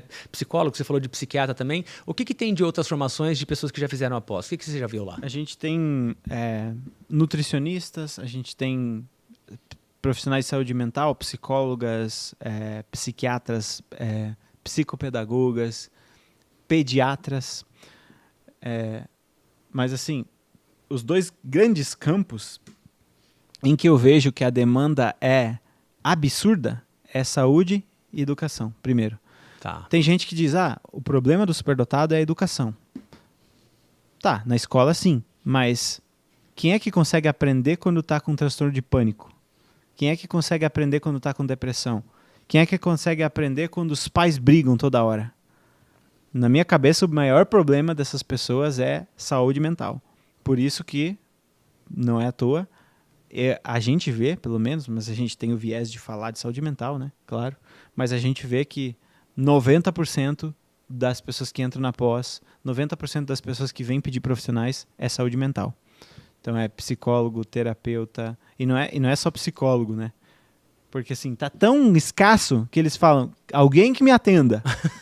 Pode ser um terapeuta, pode ser o cara que me atendia, que é psicanalista, é psicopedagogo, é doutor em psicopedagogia, mas não é psicólogo. Cara, se você disser que é bom, cara, eu quero. Pronto. A galera tá realmente já apontando para um lugar de querer resolver o problema, né? Eles querem resolver o problema. Se você sabe resolver o problema, é isso. Boa. Muito bom. Amigo, foi um excelente papo. Olha o que a gente cobriu hoje aqui: narcisismo, TDAH, neurodivergência e dificuldade de fazer renda, marketing e vendas para terapeutas e psicólogos. Falamos da pós-graduação também e vários outros assuntos que eu não lembro mais e só quando assistir gravado que eu vou lembrar. Foi muito bom, querido. Obrigado mais uma vez pela presença. Tamo junto e vamos continuar desenvolvendo e levando a sua voz para o mundo inteiro. Conte sempre comigo. Valeu. Foi um prazer. Você que nos acompanha aqui no Newcast, se inscreva no nosso canal, deixe seus comentários aqui, deixe suas dúvidas. Eu vou deixar o Instagram do Jean aqui na descrição do vídeo. E você vai ter acesso também aos cortes que também vão para o Instagram. O meu Instagram está aqui, o do Jean está aqui. Todos os detalhes estão na descrição do vídeo. E se você um dia quiser ser entrevistado por mim, participar aqui do Newcast, é só entrar em contato também com a minha equipe. O link vai estar na descrição aqui no YouTube. A gente se vê em breve. Até a próxima.